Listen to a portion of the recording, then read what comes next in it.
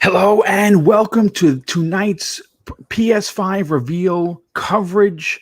I am your host, Mr. Boomstick XL, and I obviously you see this as having the prime time gaming logo and opening, and that's because, of course, we are now prime time on Thursday, doing the second show of the week late. Usually it's only once a week, but you know what? Obviously something big happened today. PlayStation finally unveiled not only the PlayStation 5, but a ton, 26 games to be exact, and we are going to take 2 hours of your time to break down everything that we saw. Hopefully, you're going to be enjoying it just as much as we are. But I first have to get into the introductions, and then we're going to get right into what exactly transpired a few hours ago. And we'll start with my very good friend. You know him as someone that is an assassin for hire, or he'll do it for free while he's cutting you down on a multiplayer game. And of course, he is our brother from the Primetime Gaming Show on Monday evening. Please welcome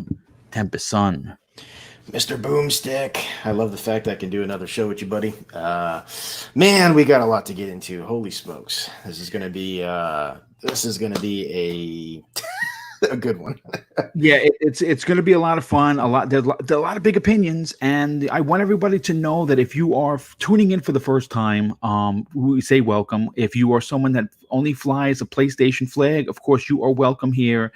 I cover all three consoles equally, and you're going to get a lot of honest opinions here. There's no console shaming or bashing, and everyone here is going to be having fun, and we hope that you are a part of that fun. Next up, I call him Superman because he's bailed me out more times than I can count on my hands and toes. You know him as a community favorite. Please welcome Dreadpool. Oh, thank you. I'm all excited about this. It was a fantastic show to watch. Let's talk about this stuff. Yeah, there is a lot to get into, definitely. And next up, our resident horror buff. You know him as the host and very prominent voice of Gaming Beyond the Box. A very good friend of the community. In fact, one of the most generous human beings I know. Please welcome Wilmy Hood. Oh, what is happening, Boom? It's been a while since I've been on, man. Yeah, I just watched the PlayStation reveal. I'm still trying to find the greatness everybody was talking about, but we will get into it soon. Oh, yes. Now, we're definitely going to get into it. Again, lots of big opinions. Next up, you know him as the voice of the Trophy Room. He has become a fan favorite on the Double Barrel Gaming Network. And as a matter of fact, he spent 2 hours this afternoon with me on the Xbox Factor podcast, did his own live show, which was amazing, and is coming back for seconds on tonight's PlayStation 5 reveal coverage show. Please welcome Mr. Bad Bit. Let me tell you something. 2 hours with you on the Xbox Factor, 3 hours, not just doing the reactions, but doing a live Trophy Room episode. I want to thank everybody who came out, both from Boom Camp and mine. Thank you so much. And yeah, I'm super pumped to talk about what was a show that gave me many feelings. I'm still going over it. So yeah, it gave many feelings. Yeah, no, because this show was like, and again, we're gonna talk about it. There was some greatness. There were some things I didn't like. There were some fine things, and then you have dinosaurs going through puberty in high school. So a lot of stuff, man. Yes, there's definitely, that's one of the games that we're leaving off the list. I will assure you of that. Don't worry. The high school volcano is not being talked about other than the 2 seconds I just wasted now.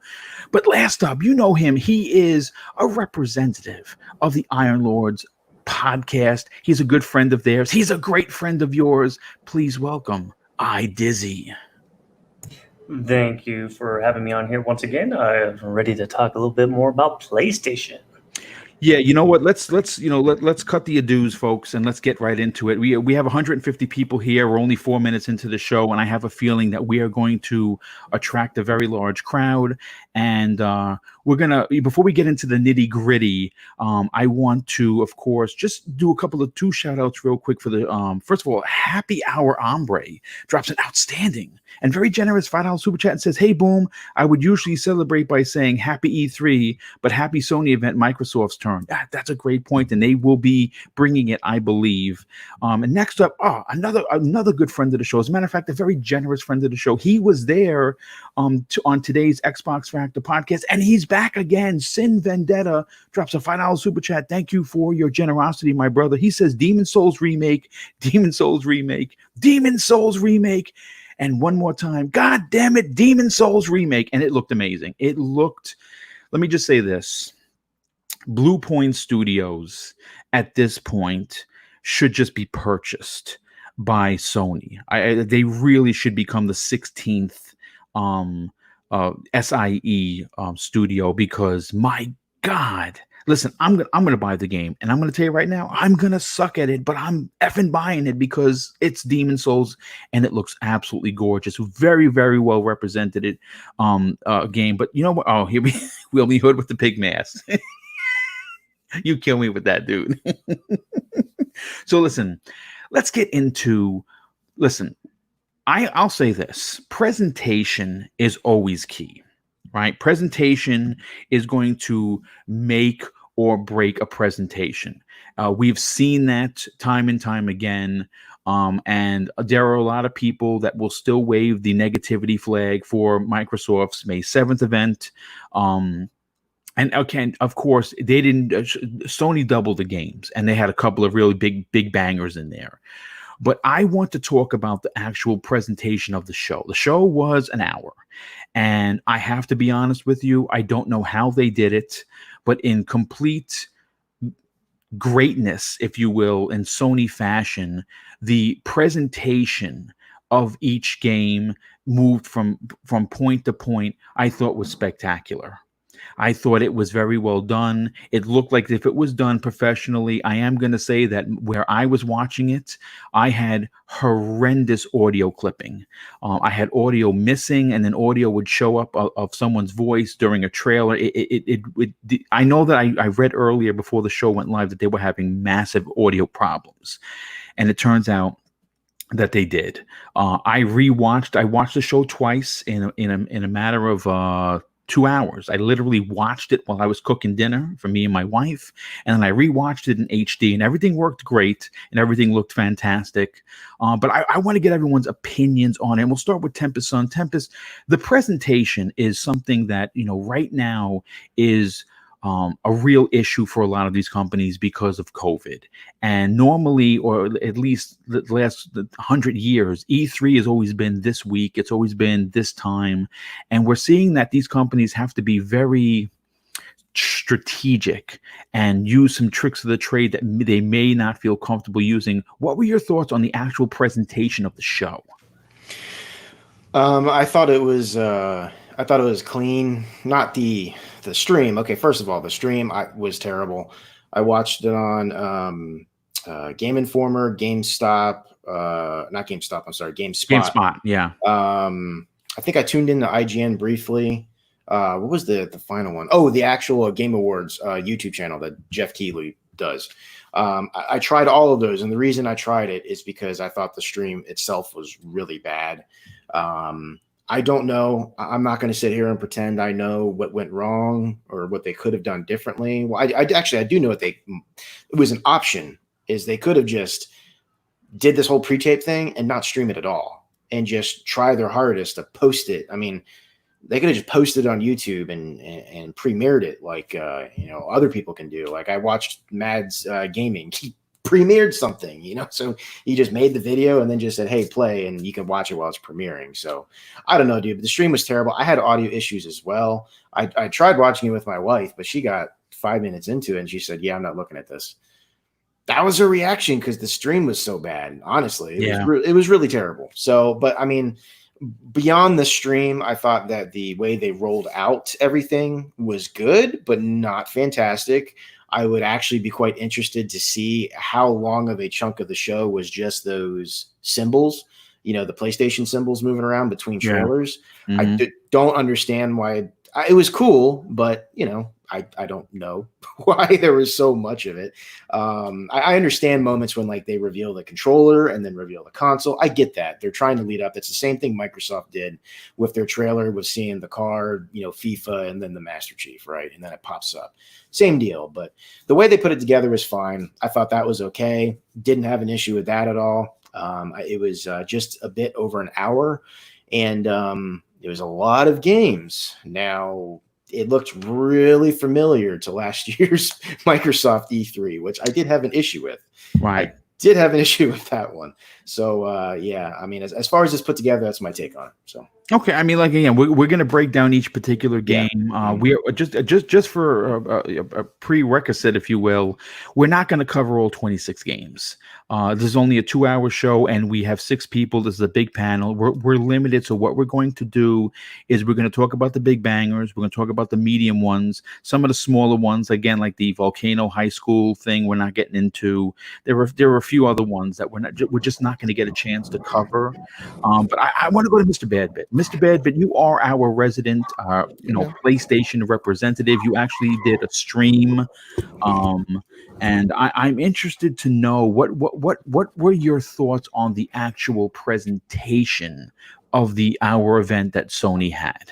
I think it's kind of what you echoed earlier, which is Xbox needs to take notes. And I'm going to be harsh on both sides. I feel like Xbox needs to quit with these hosts that have just fake enthusiasm. Aaron, I bet you're a really nice guy, but like when you're on camera, I don't believe you. They need to just let the games speak for themselves. Let the developers introduce their own goddamn game. Yes. So presentation wise, knocked it right out of the park. When it comes to the broad list of games, of course, not everyone spoke to me, but I did see a cute kitty cat with a little backpack. But it was broad. It had something for almost everyone there, whether you're the family-friendly bunch. You had Astrobot, you had Ratchet and Clank, you had a few others in there. Sackboy is getting his own little game. And then if you're into the mature stuff, you had stuff for you as well, like Resident Evil and like Godfall or whatnot. The only things we didn't see really was a lot of shooters, which is I don't think we really saw, other than Housemarque's game, nothing really there. Mm-hmm. So it had something for everyone. There, it just felt like I think you're right, Tempest. The some of the transitions, I understand why you did it in a production standpoint, but they kind of just outstayed their welcome towards the end. I just didn't feel like it was needed. And then once we got to the goddamn dinosaurs in high school, there was a big lull there where I just couldn't care about many of the games shown after that point. Which maybe just on me, it's my taste, but like the indie games kind of blurred into each other. At the same exact time, I have a huge problem with PlayStation right now. And you might say, Joe, why is this a problem to you? Deathloop and Deathloop looked horrendous too. My God. Deathloop and what was the other game? Ghostwire Tokyo. Mm-hmm. Those are timed console exclusives. That's bullshit. That is actual bullshit for any Xbox player who saw that on Bethesda's stage last year and got excited for it. Now I haven't gone back, but I could have sworn maybe we saw something for Xbox, but it was alluded to. It's at your stage, and all of a sudden it's a timed exclusive for PlayStation. That's not fair to Xbox folks. I'm sorry. You're a third party publisher. I understand if you're a developer. Like Housemarque is making an exclusive for PlayStation. I get that. But when you're like $1 billion company like Bethesda, you don't need to make deals like that.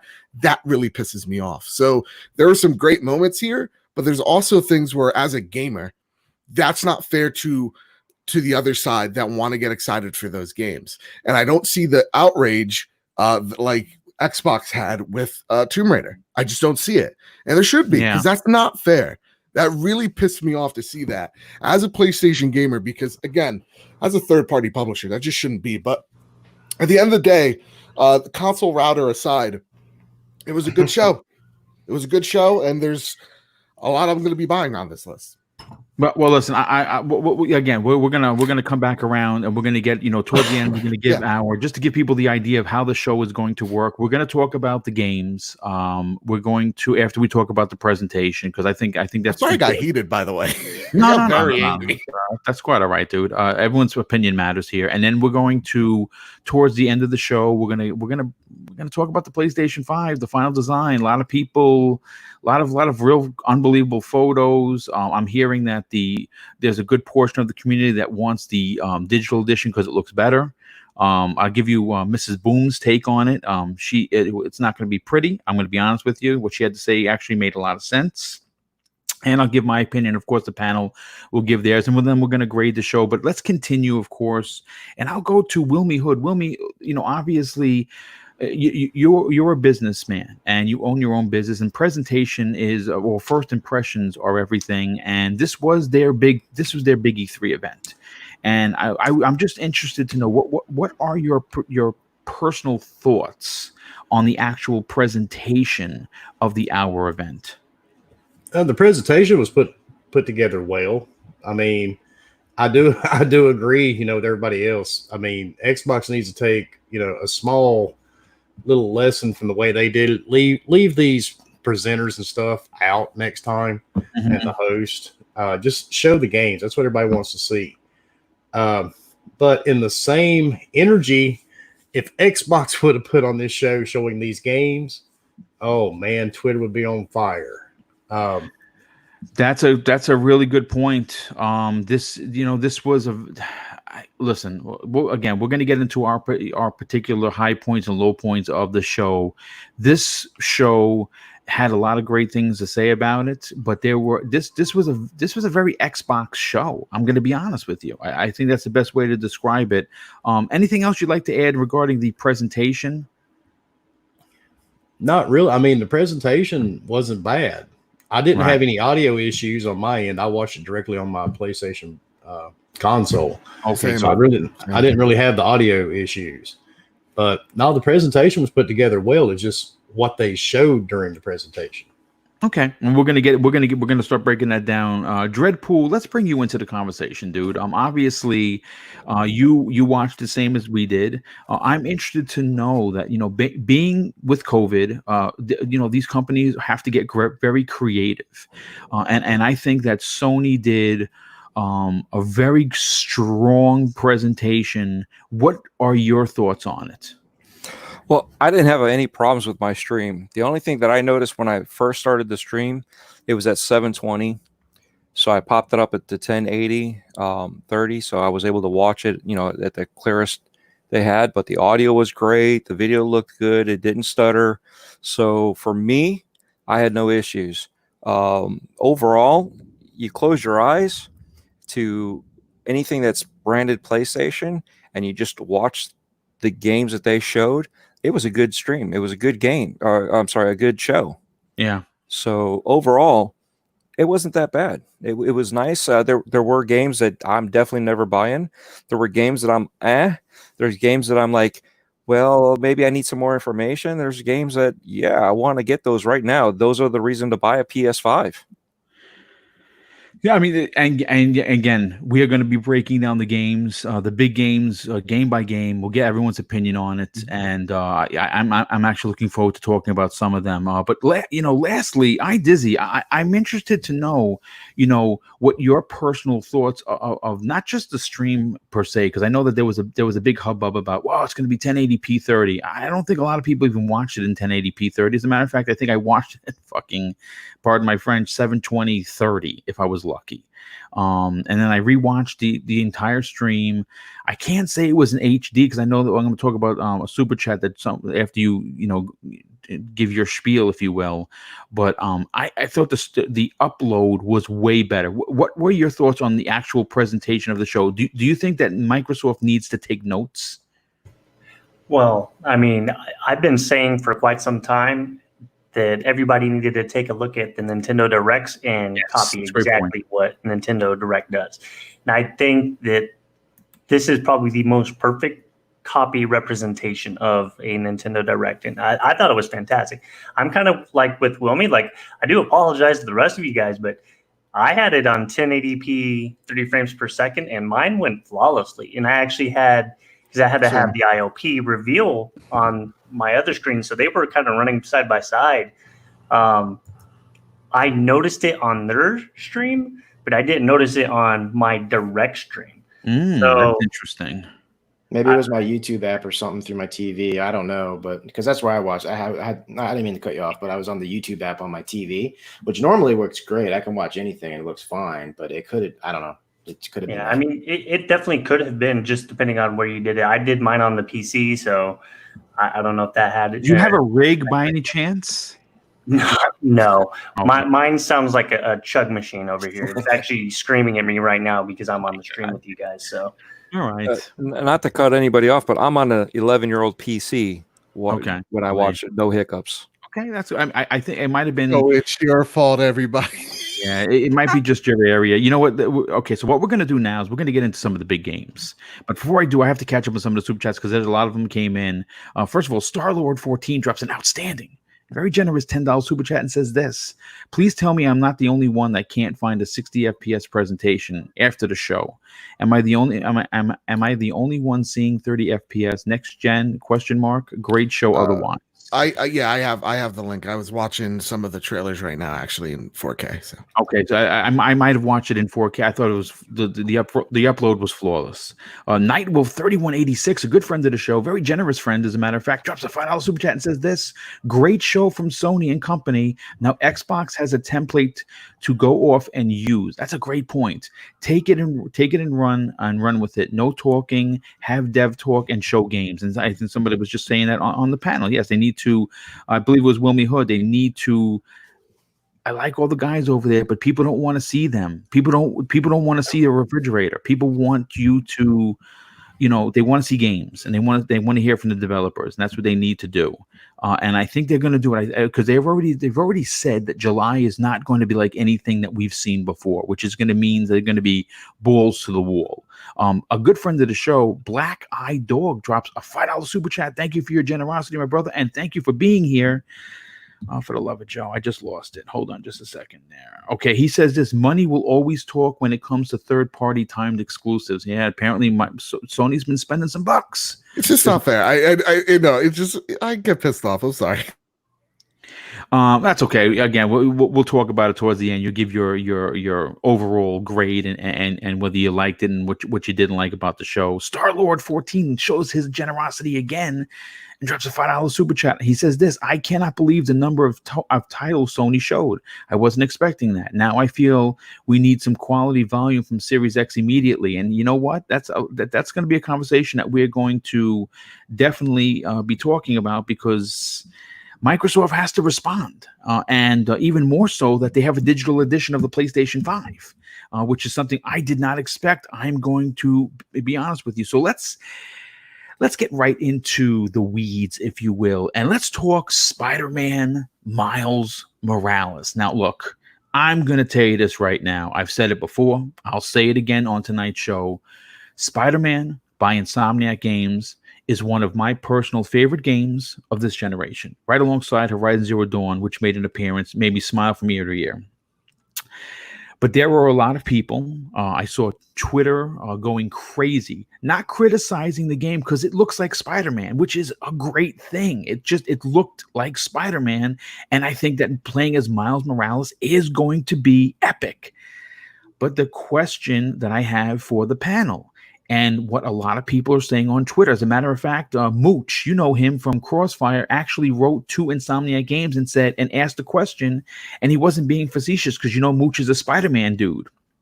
He asked them, is this a DLC or a game? See, a lot of people are confused. Now, I'm going to tell you this right now. I believe it's a full-on game. But Tempest Son, you have a very, very deep opinion about this, and I want to go to you first. When you saw Spider-Man, what were your thoughts on it, man? Honest to goodness, and because the stream and I think the uploads going up as well, I think that's even still at 30 frames per second. So I don't know. Don't take it from me that it's not 60, but it looked like it was 30 frames per second because it was on the stream that way and the re-uploads too. It looked exactly to me like the PS4 version. As a matter of fact, It could just be my aging eyes. It was the stream. I don't know, but it almost even looked like they put like an ever so slightly like what's the word? I told it to you, Boom, earlier, the cell shading, like sheen over it, if you will. Not that it is cell shaded, but it looked like the PS4 version, and maybe even a tiny bit more cartoony to me. And I didn't know this is where the PS5 section started. I thought this was just the PS4 expansion. All right. And I was like, okay, that's cool, right? But every bit of like marketing material I'm seeing from it, they're advertising it as PS5. And all I got to say is especially if it's only 30 frames per second, but let's say it does, and I'm expecting it to go to 60 FPS, if it's pretty much just the PS4 version of the game, but different missions and you play as Miles Morales and it's 60 FPS, if they lock this to just the PlayStation 5, I will officially say I feel it's one of the scummiest moves PlayStation ever could have done to their consumer base. I got news for you, dude. I listen, folks.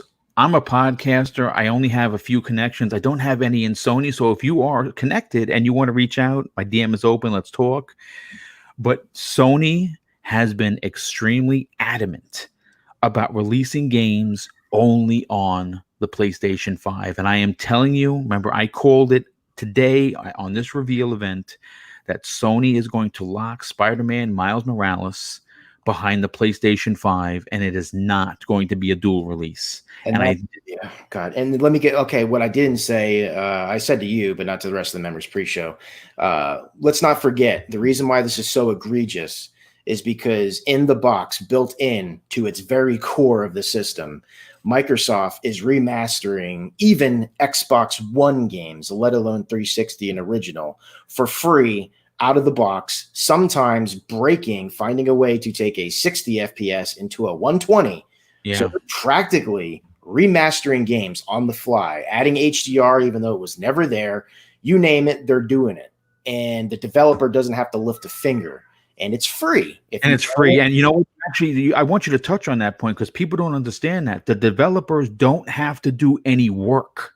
Yeah, they don't have to lift a finger, okay? All they have to do is approve it for the backwards compatibility program. And as a matter of fact, I don't even know if the developers actually have to approve for the PlayStation, they actually had. That's why they're treading very lightly on saying about backwards compatibility because it's hardware based. The company for said game actually has to go in and do and physically make the game. They have to do that. Whereas Microsoft's, it's just going to be, and they don't need. I know what you were going to ask. They don't need permission. No, the game is just because of the machine. The machine learning is going to just make it a better game. Okay. So, and there's some other caveats here too. If it's just some Miles Morales, campaign missions, and it's, I'm not saying the game's going to be bad by any means. It could be fantastic, but it could be at a cheaper price. It could literally just be an expansion. But if it's a cheaper price and it's a shorter game and it's locked to PS5, that's even more salt in the wound, if you ask me. Sony's going to have there's going to be a lot to answer for if this game is locked behind the PlayStation 5. And like I said, only because Jim Ryan said it. He said he wanted the fastest turnaround from PS4 to PS5 that they've ever had in a console generation. The way you do that is you strong arm your consumers to buying the next console. And I think that is it makes sense from a business perspective why they're releasing two PlayStation 5s, because the digital one is probably going to be $100 cheaper. One is going to be $499 and $399, or potentially it could be $599, $499, because some people are saying that the discless one, the digital edition, is the one that has the 2 terabytes of storage. Yeah.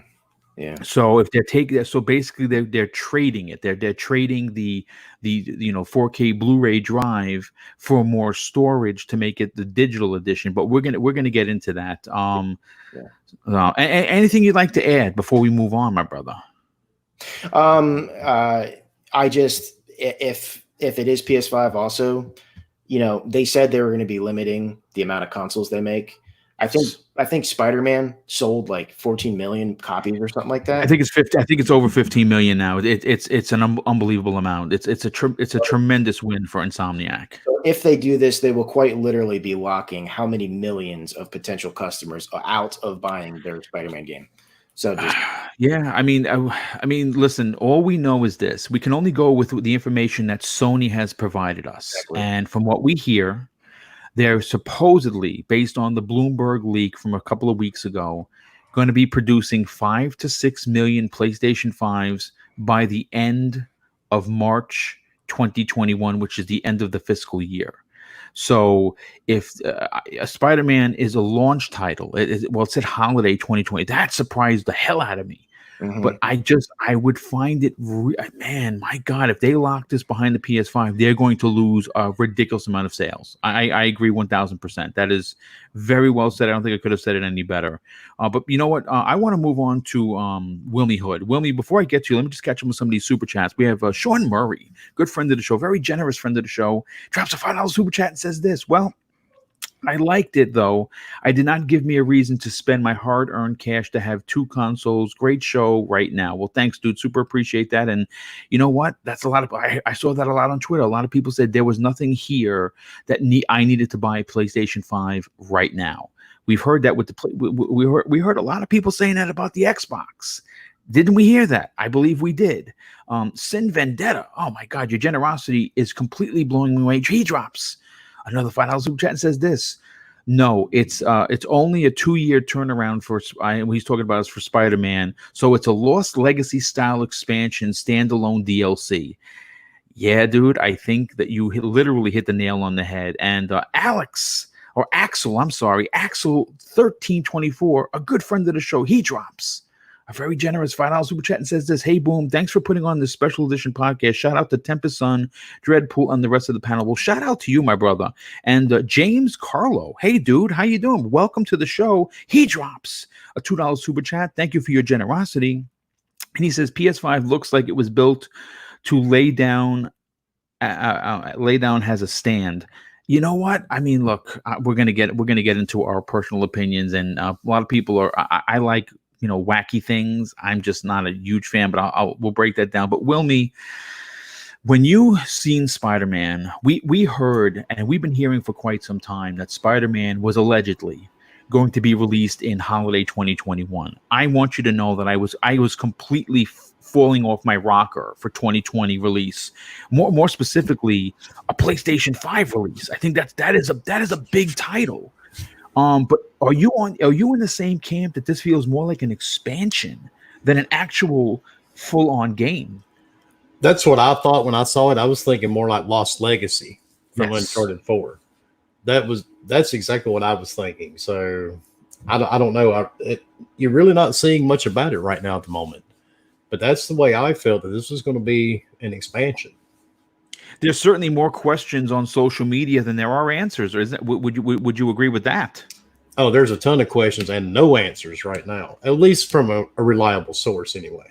Okay, yeah. I'm glad you clarified that. Yeah. I mean, were you a fan of Spider-Man for the PlayStation 4? I was, and I'm not even into those type of games. I don't do Marvel or any of those superhero type games. But yeah, I love Spider-Man. Okay. Well, you know what? To Tempest Sun's point, do you think? I mean, again, coming from a businessman's perspective, you want to sell your new hot console. Do you lock that game behind the PlayStation 5 paywall? If you can, if you want to sell that console, but not if you want to piss off your consumer base. If you want to piss off your consumers, then go ahead and do it. I mean, but most people, they will be mad. They'll post their, rage online, but they'll still go buy it.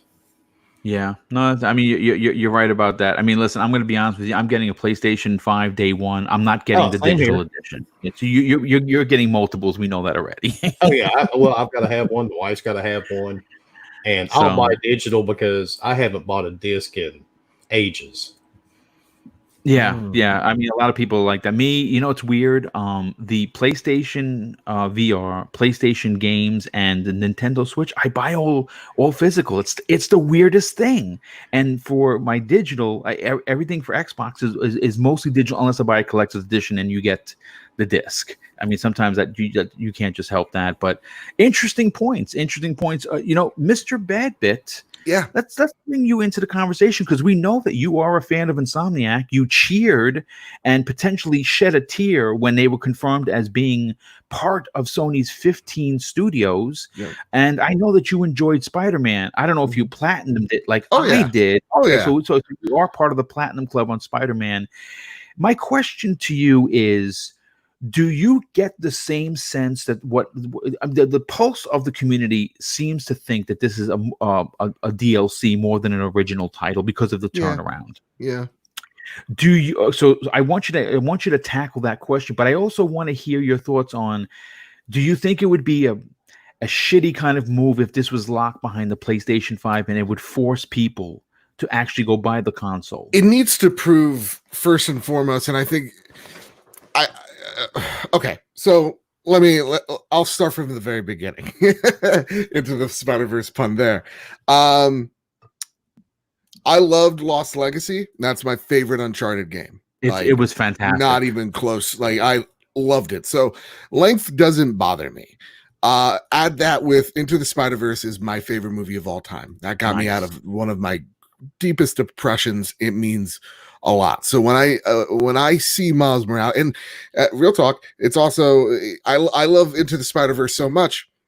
A lot of the artwork that you see me do, like my little icon right here, it's inspired by that art style. So nice. I love Into the Spider-Verse, Spider-Man in general, my favorite superhero. I'm watching a clip of like someone already did a montage of like, merging the two together. Needless to say, I'm hyped for this game, and I don't care if it's PS4 exclusive or PS5. I'm gonna buy it. Right. And that's just the fanboy in me. That's my immediate gut reaction. I walk downstairs, and this is the funniest thing. My brother, who isn't the hardcore gamer, but like loves Spider-Man, loves the superhero games. That's why he buys a console. He goes, so is this like a DLC or something or whatever? I'm like, kind of feels like it. Definitely feels like it's a spin-off rather than a sequel. And he's like, is it gonna come to the PS4? I'm like, I don't know. And then his immediate reaction is, I guess I'm getting a PS5 on launch. I'm like, damn. And that's pretty much the reaction I've seen on Twitter so far is just like, all right, this looks dope. I'm in. Seeing it in 4K, I don't know if it's 60 FPS, but it looks pretty awesome. Is cool. It just needs, again, and I get it. We're gonna see more of these shows, just like I give the benefit of the doubt to the Xbox gameplay. We're gonna see more of that gameplay over the coming months.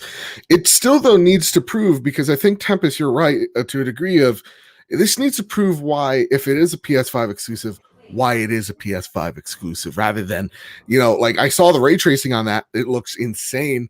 Like the textures on Miles' face, he even got one of his little scars on his cheek. Yes. Yeah. Totally right. It looked beautiful. It really did. It looked really great. But it's funny how now we've gotten to this like conversation where if this was like Xbox One or PS4 launch, we would be like, okay, so this is a launch title. But we've gotten to the stage, because Microsoft has changed the conversation for so many people, of now these games have to prove something other than just looking nice. What is it doing that the other console couldn't? So my question for you, Tempest, if this game is 4K 60, is that rationalizing then why it's a PS5 exclusive, or do you then think, well, why not just make a 4K 30 FPS on a PS4 Pro? Well, both. I mean, I don't. If 4K 60, I don't think is enough of a reason to keep it off of the prior consoles. And this is, listen, I'm going to tell you this. I'm no marketing genius. Remember, I'm just like a stupid guy behind a microphone, but I'm going to tell you this right now. It is the perfect ploy to move new hardware. Oh, absolutely. Yeah. But again, like I think Tempest is right to a degree of like, still needs to prove why this couldn't happen on a 4. Yeah, that's true. But again, it does look nicer. not to jump the shark here, but like Horizon, I'm not a fan of that game, but I'm gonna give that game, the new one, the trailer, props when it's time to do it. Like that cannot do on PS4. The Spider-Man game, debatable. So okay, no, that's you're totally I think you're totally right on that one. Now, I don't know if that Horizon was cinematics, but even like when you see her like running, with in-game engine, more cinema. It did. There was no gameplay. You know what? The smidge of gameplay, I think, was when she was underwater. At least I could think so, because there were obviously no button prompts. But when she was underwater, hiding in the weeds as the alligator Dinobots went by. That looked like it could have been gameplay. It could have been. Again, folks, remember, you can only see much with a moving screen. But listen, we're gonna get into this because I had to change my underwear when that game came out because that was out. That's what I've been waiting for. And Sony did it right. They did bookends, right? They did. Did I hear Tifa's son say he did not like Horizon Zero Dawn? He did not. He said Horizon Zero Yawn, I think. Well, I played it for like 17 hours. I do remember that. Okay, hey, give it a chance. It's fine. Friend you on Twitter, sir. Yeah. Hey, man, I was about to add you to that block list of 29,000. Oh no, man! Don't do me like 29? that. Jesus, man, you went up 2,000. But listen, real quick, I just want to catch up on three of the super chats. I'm going to bring Dreadpool. First of all, Philly Eagle, I want to thank you for being here and being as honest as you are. Having you in the chat is honestly a pleasure, dude. And I love that you are a part of just about every program. He drops very generous $2 super chat and says, "Go posting movers. Got a real workout today. Just saying." Yes, and I believe you. And Bob Mula, hey Bob, thank you for being here. Super appreciated. He drops a very generous $10 super chat and says, "This next gen is looking a bit underwhelming in my opinion. Do you guys think the July event would be able to turn things around for people who feel the same as I do?" I think, dude, that's a great question. And I think Microsoft is moving their chess pieces as we speak. And I think they're going to have to bring their AAA game. And I'm not even being facetious. I mean, they have to fucking bring it. Let's hope that they do. And they have a month and some change, maybe about 5 or 6 weeks to get it right. And I'm looking forward to that. Star-Lord 14 drops an amazing additional $5 super chat and says, "What does the panel think of the PS5's design versus the ability to dispense heat and run quiet? Concerns about overclocking parts." We are going to talk about that in the second half of the show. We're going to open up with, of course, games, and then we're going to talk about hardware. And I'm going to throw this out there right now. All of the peripherals that you saw, the stupid media remote, the charger, I'm buying all that shit, folks. I'm a peripheral whore master, and anyone that knows me, like really knows me, knows that. As a matter of fact, I just bought the xCloud thingamajig from Razer today live on my show. Someone dropped the link into the chat. I'm like, oh shit, I've been waiting for that, and I spent $80. Thank you for whoever did that. They cost me $80. I love peripherals. It's just my thing. Sikyo Yumi drops a $2 super chat. Hey Sikyo, thank you for being here. Super appreciate it. They say not 1080 30 FPS artifacts like a Thai bootleg DVD. Yeah, my stream didn't go good. But Dreadpool, listen, Spider-Man means a lot to a lot of people, not just on the PlayStation. Spider-Man is the most beloved character. But I have to say, my God, Miles Morales has taken the world by storm. He is an amazing Spider-Man, no pun intended. He is not the Spider-Man because that, of course, is Peter Parker, but he is a Spider-Man and a damn good one. And quite frankly, knowing that I'm going to be able to play as him has me through the roof excited because of my love for the Spider-Man or the Spider-Verse. But the question that everyone is asking, is this a glorified Lost Legacy DLC? And is PlayStation or Sony going to use this as a ploy to basically force their fan base to upgrade? What are your thoughts? My thoughts are unfortunately both. I do see it as a glorified DLC that's been hyped up. Hopefully they've done something more. Maybe they use the Unreal Engine 4 so that way they can just move it up to 5 and do some more tricks to it. Maybe there's something there. Hopefully, I don't know. But I do see them putting it behind a paywall. You got to buy the PlayStation 5 if you want to play it. And like Wilmy Hood said, if they do that, there's a lot of pissed off people. Yeah, just like when Spider-Man was only for PlayStation 4, there was a lot of people that were excited for it, but then they had to go buy it in order to play it. Yeah, and Yeah. I feel like in an argument that I don't know if I necessarily believe yet, though. Yeah, people on Twitter will say mean things, but that still ended up being the highest selling superhero game ever. Oh yeah, Yes. you're going to 15 complain plus about it, but you're going to have to go over there. You know, if you really want to play, you're going to have to buy it. True. So, you know, it's one of those. I do have a question for you though. Sure. You said you're going to buy the peripherals, all peripherals. Well, everything that they showed, the headphones, the Even the PlayStation 5 Connect. yeah, I'm gonna buy the camera. Yeah, I'm gonna buy. Listen, dude, I Two eyeballs. I'm a completist. And if anyone, like I said, if you're new to, of course, the program, you'll get to learn about me. I've been gaming since 1978, folks. I'm a diehard gamer, and this is what I live for. I don't smoke, I don't drink, I don't do drugs. I don't, I'm happily married. My wife and I are celebrating our 20th anniversary in a couple of weeks. My enjoyment outside of course the company of my beautiful wife is my gaming, and something like this, I just love launches. I love being a part of the spectacle. I love being a part of the conversation. And for me, like I said, my brother is probably listening to this Neo Mento. He's laughing because he knew the minute that he saw these peripherals, I was going to have to set aside $300 easily for all the peripherals. And do I need the media remote? No. Am I going to buy it? You're goddamn right I am. So Sony got me good. And you know what? It's fine. It's fine because this is what I live for. Dizzy, I am interested to know your opinion on this because obviously I don't know whether or not you're a big Spider-Man fan, but this looked good. It looked very cell shady, which is right up my alley. It looks very much like Spider-Man, which I absolutely adored. But I'm interested to know your opinion. Do you think that this is not only going to be locked behind the PS5, but do you think it's good enough to sell you a PS5? Well, to answer the first question, no, I'm an X-Men guy. But I will say this.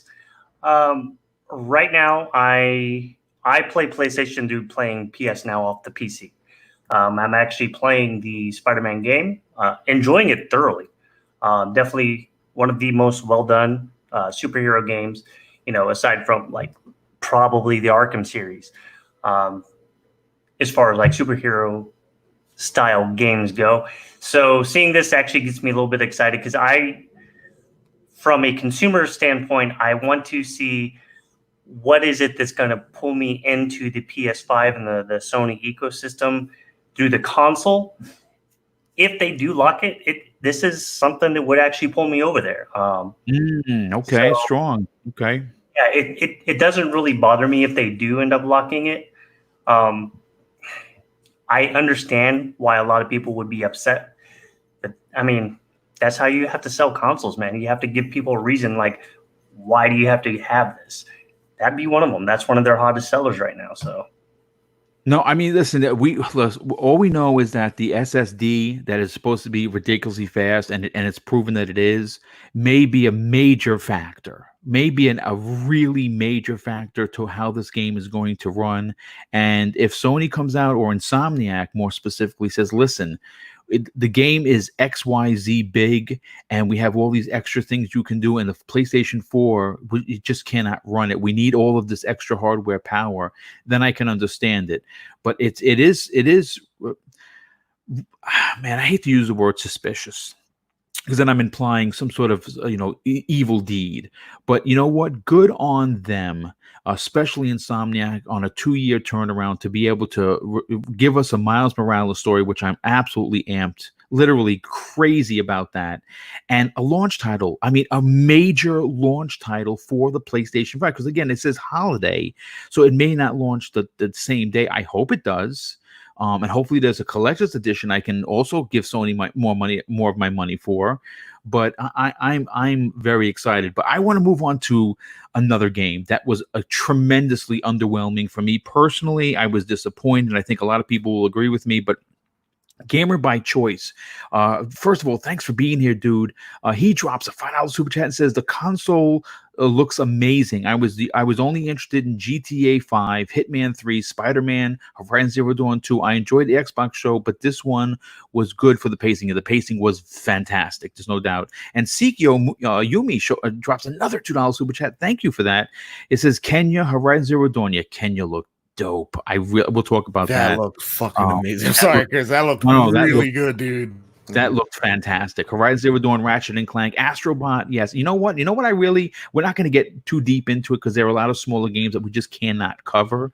But I'm going to be a nerd here and say that Little Big Planet, my God, that got me excited. I'm a fan of I got the Sackboy literally sitting on top of my shelf. It reminded me of Mario 3D World, and I dug it reminded me of more so than even that. It reminded me of Yoshi's Yarn game. Yes. Yeah. I get that. Yeah. I did get that, but let's talk Gran Turismo 7 here for a second. For two reasons. First of all, we were hearing, and again, we all hear rumors, and for the most part, a lot of the rumors, a good chunk of a percentage is usually, hearsay or false. And we've been hearing that, and I've talked about it about, Forza versus, Gran Turismo. That's what I was expecting. And two things I took away from this, and they both kind of made me hang my head in not disgust, because I wasn't disgusted. I was disappointed. I'll say that. One, it didn't say holiday 2020, and that is so polyphony. That is just their MO. They just never get it right. They never get it on time, and I have a feeling that we're going to be waiting for this. Now, if I'm wrong, I'll cheer. But then I want to talk about the presentation of the game. I'm going to be honest with you. I thought that it looked very plain Jane, to be honest. I didn't see anything that I didn't see in Forza that they've done better. And I have to see the whole game, but I can only go based on what Sony and Polyphony showed me, and I was not impressed. And Tempest Sun, let's get into it right away. What were your thoughts on Gran Turismo 7? I'll be honest with you, man. I'm not the biggest racing fan. I've been gaming forever since I've been a small kid, so I've watched them progress as time has gone on, and I could see a difference between sport and this, even with the crappy stream. Just sometimes you can just tell. You can just tell there might be just more polygon pushing on the screen per object or whatever. It looked pretty good. It was suspicious to me that they decided to stay in the cockpit view. Not suspicious, like you said, it's a bad word, but it's just, I guess they wanted to be really immersive. So kudos, it was immersive, but at the same time, I have a funny suspicion most people that I've come in contact with, I'm not going to like it.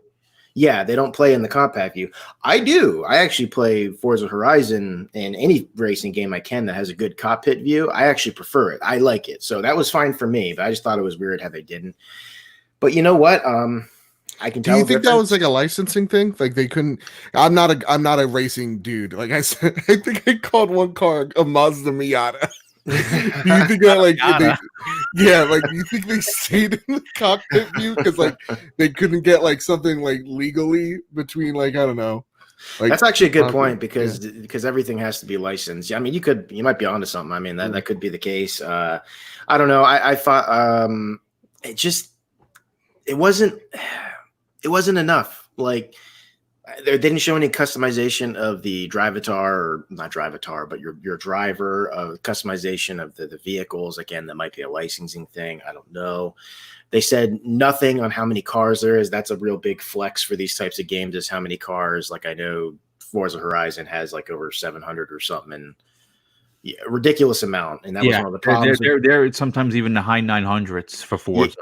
Yeah, and that was the problem with GT Sport when it launched. It had 300 cars, and that's a big no-no. It wasn't enough, So they said nothing about that, but it looked good. I mean, I'm not a big racing fan, but I even told my wife, I'm like, no, I can see a difference. It looks good. So Well, you know what I want to do is this, because we're first of all we are closing in on 650 people live in the chat. Awesome. That is unbelievable. Again, folks, that is I want to thank everybody for really taking the time to check out my small channel. It really does mean a lot to me, and it is tremendously appreciated to have that many people. And I'm laughing in not being I'm nervous. It's just that it's shocking to me because, again, folks, I take nothing for granted. Mhm. What I want to do is this: we're closing in on an hour of the show, and you know, I really don't want to leave too many of these games out. So what I want to do is I kind of want to just shift the gears of the show. Now, normally we go to each person, right? That's how I usually run my show because everyone's opinion is important. But I'm going to throw out 3 games, and I just want anyone that wants to talk, just you know, give your opinion. There are 3 games that really they got me excited. Now, I couldn't tell you if they were exclusive or not, because there was no reference of it. But there were 3 games that really, one I know is an exclusive. First of all, Project Athia looked absolutely incredible. I don't know how many people thought that looked great. It looked cool after the fact in 4K. Yeah. Interesting thing about that game, and I'm sorry I keep on cutting people off.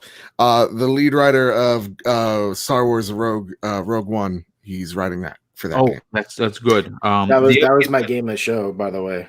Well, there you go, and we'll come to you in a second about that. The other game was the other 2 games were, one was Kenya, which looked Kenya Bridge of Spirits looked amazing, and Housemarque's Returnal. I think those 3 particular games, and I think they're going to all be exclusives. Now, again, not AAA titles. I don't think they need to have AAA titles. I don't think at least for me, and Black Eye Dog drops another $5 super chat. He says something really nice, and I want to thank you for the compliment. He says, "Boom, I love how excited you get about gaming. It's why I listen to your channel." Well, thanks, dude. I super appreciate that. And yes, something like Astrobot, I'm buying. Something like Little Big Planet. I love platformers. For crying out loud, I grew up with them. You know what I'm saying? So those little games that maybe poo-poo to other people, I really enjoyed. But anybody on the panel want to jump in for talk about those 3 particular games before we move on to Ratchet and Clank and Horizon Zero Dawn? Can we call those games what they are? They will be PlayStation Now filler. It's their Game Pass filler. What games? I'm sorry. Could you repeat that? Well, he's saying that the 3 games I mentioned, which was Project Athia, the Housemarque Returnal, and Kenya, a Bridge of Spirits. Okay, Returnal. Whoa, Housemarque is such an amazing studio. They've made so many amazing games. Resogun being one of them, Dead Nation, and they have been a studio, unfortunately, in a lot of trouble. And they were on the verge of closing down. People don't understand that. Yes, and so I've been preaching this for months now, and I was so happy I was right.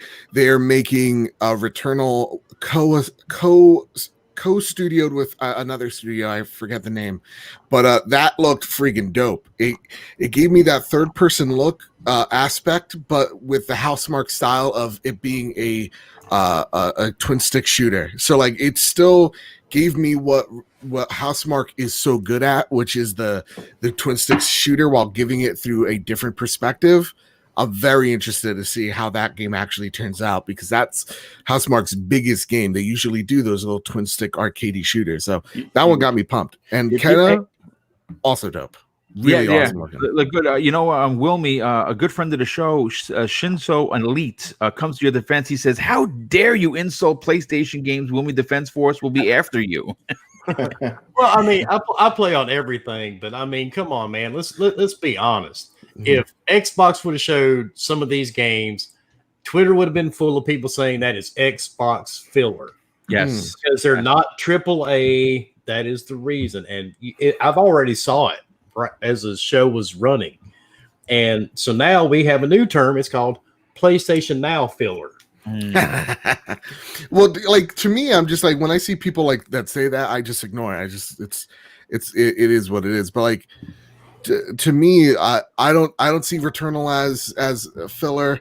Kenna looked really dope, but like when I see a game like the Dino High School or the Jet Sky game, I could see where you're saying that for sure.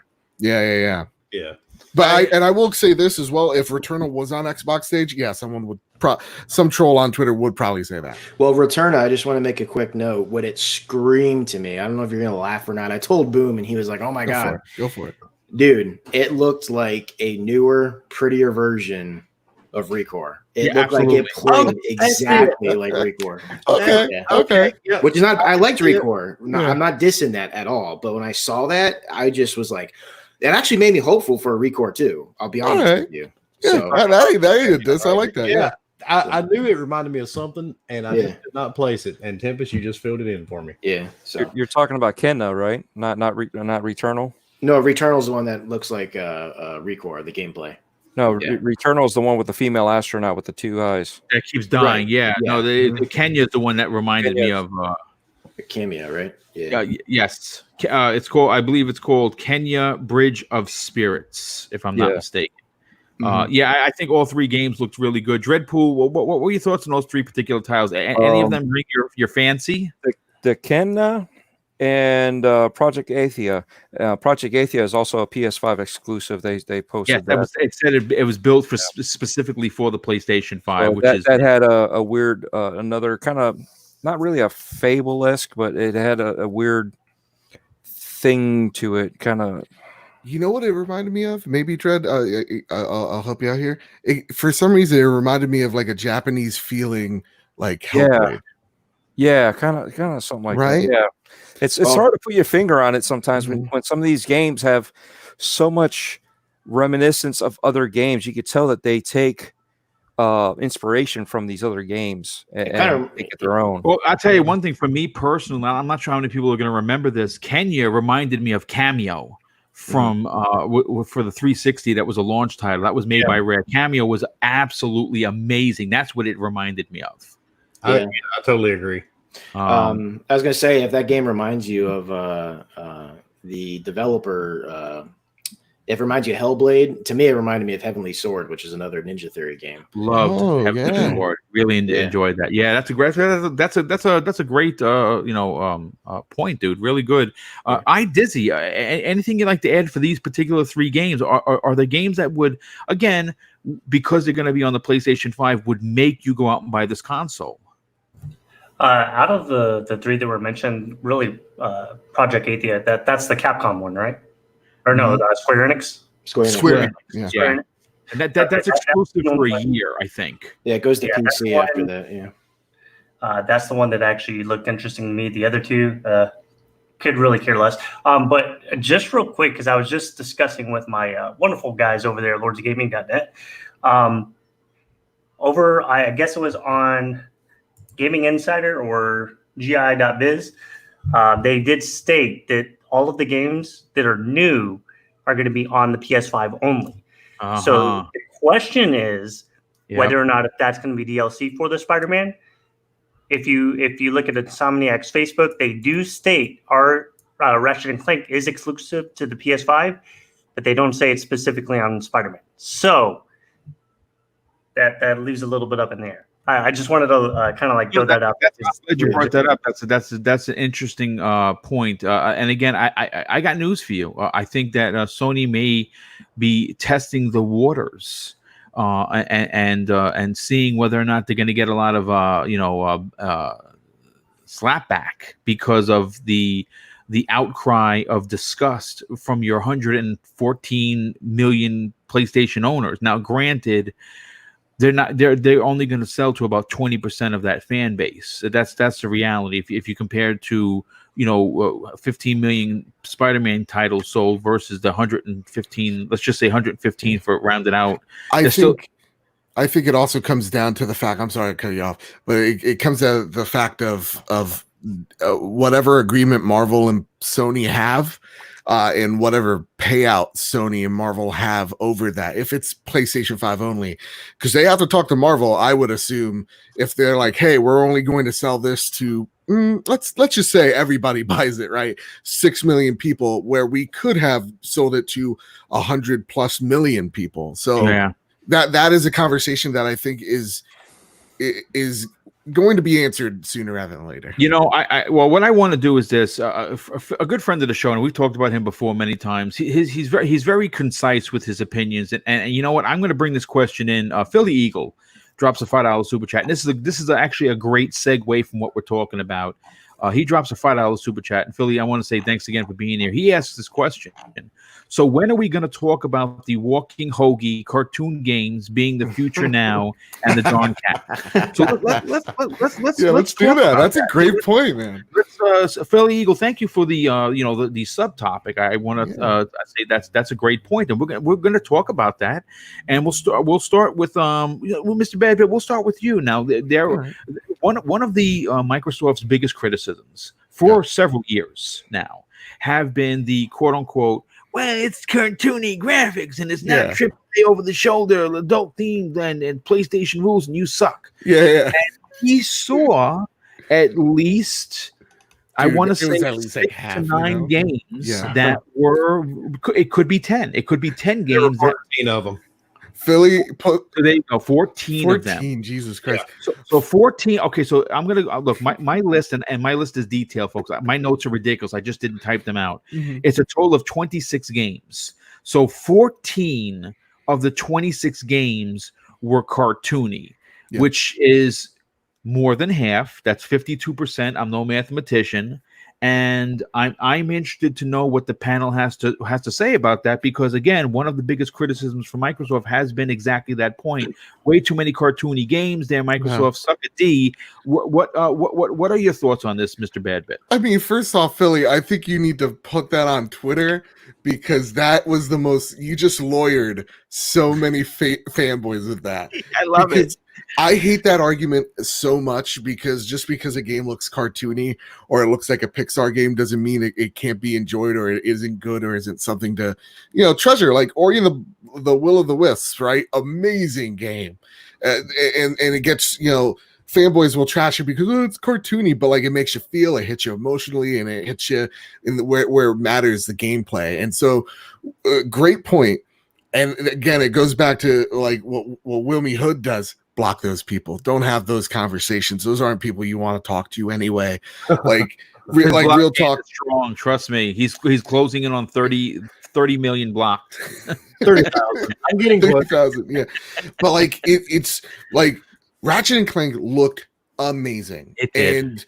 And Kenna looked fantastic. Those are two Pixar-esque or like DreamWorks-esque looking. Yes, great point, dude. Yeah, great and point. one of them, Kenna, is developed by people that used to do it for, I believe, DreamWorks. So like they know how to animate. So yeah, no, like it's such a stupid argument. And I would love to see how you're right, like the goal posting moves, because over half of these games shown were childish, or cartoonish. But doesn't mean they're not fun, and it doesn't mean it tarnishes the brand as well, because Nintendo makes a living off that, and they make a living off it just so like they're a $20 billion plus dollar company solely off the back of cartoony games like Mario, and it's not something to be ashamed of that you have a catalog that can appeal to everyone. So I think that's a fantastic point. And it also goes to show how much being a fanboy is stupid, because no doubt we see a whole bunch of PlayStation people cheering, and 98% of them are fantastic folks. And then you got those 2% that are really loud and toxic. Just giant D-bags. Yeah. And they're going to pretend like they never even said those things, because Ratchet and Clank is somehow different. Like it's the goal posting. It's really just a whole bunch of BS at the end of the day. But terrific point, man. That's fantastic. Yeah, great point. Wilmy Hood, let's bring you in on this, because you obviously you have a lot to say about this. You obviously you own everything, but you are more of an Xbox guy like myself. And again, we've heard the criticism, and we hear it almost every show. Every show that Microsoft has, they could show 5 AAA bangers, and someone and the vocal minority of the ugly part of the PlayStation community will come out and say, cartoony games. Well, Sony just had their show. They showed 26 games, 14 of them were cartoony. Now, I'm going to be honest with you, there were some that I would never play, and I would say maybe about 6 of them that I wouldn't play. But those other cartoony, quote unquote cartoony games, I will buy, and whether they're digital, physical, whatever, I'm going to enjoy them. But what are your opinions about that? I think there's a lot of YouTubers today that are going to go back and change videos they made earlier this morning. Because I saw some pretty toxic stuff this morning. So, but I mean, the thing is, let's keep that same energy, man. Let's all fuss the PlayStation. You know, everybody, I mean, you can't post pics of any game you enjoy if it looks a little cell shaded without somebody commenting on it. I don't want to hear that shit anymore after tonight. Because no, that's a great point. You're done. Because I'm seeing people, you know, and I hate the phrase damage controlling. I have seen it ever since the show was halfway through earlier. People saying, well, no, you know, cartoony games, man, ain't so bad, dude, if the story's good. Well, no shit. And before you throw up, you know, oh God, what's that horrible pirate game that we have on Xbox? Sea of Thieves. Yeah, and I hate Sea of Thieves. It's no big secret. I think the game looks like trash. I think it's boring, and Disney's probably going to be mad at me for saying that. But, you know, but just because it looks cartoony, there's a million people that play Sea of Thieves. I'm just not one of them. And don't pick on Grounded anymore. You had walking strawberries with fucking googly eyes on them. With hot dog arms and hands. Yes. And people were flipping out saying, oh, yeah, Xbox is done now, man. Yeah, we got them now. Are you fucking kidding me? Yeah. No, it's dancing strawberry. So, I mean, let's keep that same energy now. Don't be trash talking people now when they post pics of, you know, a cartoony game. And I know I see somebody mentioning him in the chat. We know one person in particular that I'm pretty sure is going back to rethink his Twitter strategy as of right now. Okay, yeah. Well, listen. Remember, the social media never forgets. So be careful about what you tweet. Tempest Sun, what are your thoughts on the point brought up by Philly Eagle? Do you agree? Because he wrote in the chat hashtag same energy, and it seems as if it's a different energy for the PlayStation brethren who were cheering some of these cartoony-esque games. What are your thoughts on the fact there were 14 of them? Hey man, I wish there would have been 20 of them. Honestly, I don't care. A good game is a good game. Yeah, I am just as excited for Everwild as I am for I don't know, not Halo because I'm really, but Kenya. There you go. I mean, listen, that's a stupid narrative. It has always been a stupid narrative for me. I don't have an issue. Not every cartoony game is going to be for me. That walrus wearing strawberries and pineapples on his hand. I don't, my kids weren't even enraptured by that. Like they saw Astrobot and stuff like that. And I could tell it had their attention. But when it came to that, I was like, bro, that is like Disney for kids type crap. I don't even know what that was, but I don't know. It's not a big deal to me. I've always found it stupid. And they just need to knock it off. And I don't think they're cheering these games. They're probably not saying anything about these games. You know? Yeah, they're probably ducking their head and running for cover. It's more than likely. Yeah. So you know what? Compare the two events, dude. Freaking the Xbox event was practically X-rated at some points, you know, yeah, like the alien penises. He did have an alien penis jumping out of the walls. Exactly. So, you know, in comparison, it was like, wow. So, I don't know. It's just not a big deal to me. I like it all. If it's good, it's good. Now, there are some games that I wish could be a different art style, and I might be like, that was a curious choice. But I don't know, man. It's silly to me, and they're not going to use this narrative anymore. What do they have left? That's the real question. What narratives do they actually have left? I just think that people are going to have to just back off on their ridiculousness. I don't know if they can. They've lived that life for so long that they're going to feel empty after not hating on Xbox. It's all they know. Yeah, it's all they know. It's a great point. Dreadpool. What are your thoughts on the principle of 14 so-called cartoony games, and not many people criticizing that, when of course if this was the other side of the aisle, we may not get the same energy. What are your thoughts on that? Is a game a good game? It doesn't matter what the graphics are. That's the thing. At first sight, when you see a game, you automatically say, it's not for me. You got to watch the gameplay. You got to at least get into it and try it, play it, and see if you like it. You know what I mean? That's really what validates it. Because there's been plenty of games Minecraft Dungeons, right? Oh, dude, I said, I'm not playing like it. crack cocaine It to is that game. crack. Yes, it's crack. You know, I said, I'm not playing it. And I'm like, it's another Minecraft thing. There's too much going on. You know, I can't keep track of what's going on. And this is me watching the video, you know, so I know something about it. You know, it's on Game Pass. I said, all right, let me download it. Maybe my daughter will like it. As soon as I popped it on, she's like, what's this? I'm like, it's Minecraft, you know, trying to, you know, I don't know yet. And, you know, we started playing, you know, and we played for a good half hour. She was right along with us, you know. I played again for another half hour later on. She's with me and we're playing together. And then I played with the Forking crew. Next thing I know, she figured out how to get on the other Xbox and join us. Oh, that's dope. So, you know, and I'm like, hey, I got to go, guys. So I'm telling her she needs to get off. She was still playing with them. Okay. So, awesome. you know what I mean? She's keeping up with adults, and I had no idea she was still playing with them. She didn't get off. But, you know, games like that, you never know until you play it. Yeah, you know, good point. I just missed it. And that's some of these things here. You know, we're watching some of these games.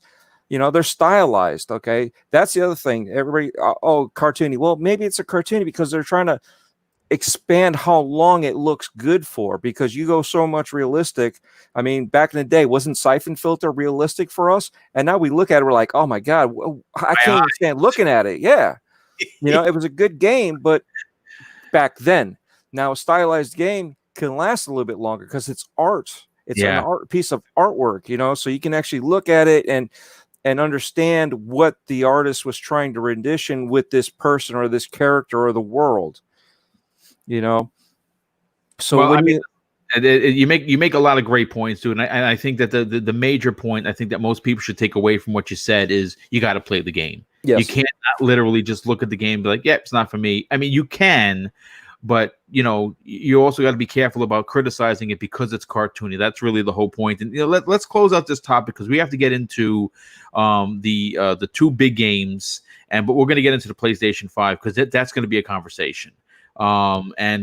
Dizzy, you know, you obviously are involved with lordsofgaming.net, and you guys run first of all, if you're not checking out lordsofgaming.net, shame on you. It is one of the most unique, special websites that not a lot of people know about. It's your brothers from the Iron Lords, and it's people from the community that we all know. I've written an article on it. I haven't written one in a while, but I wrote a really, really interesting piece about a year ago. And you obviously see a lot of games coming and going. One of the biggest themes I think that you've heard in the community being so active has been the cartoony game narrative.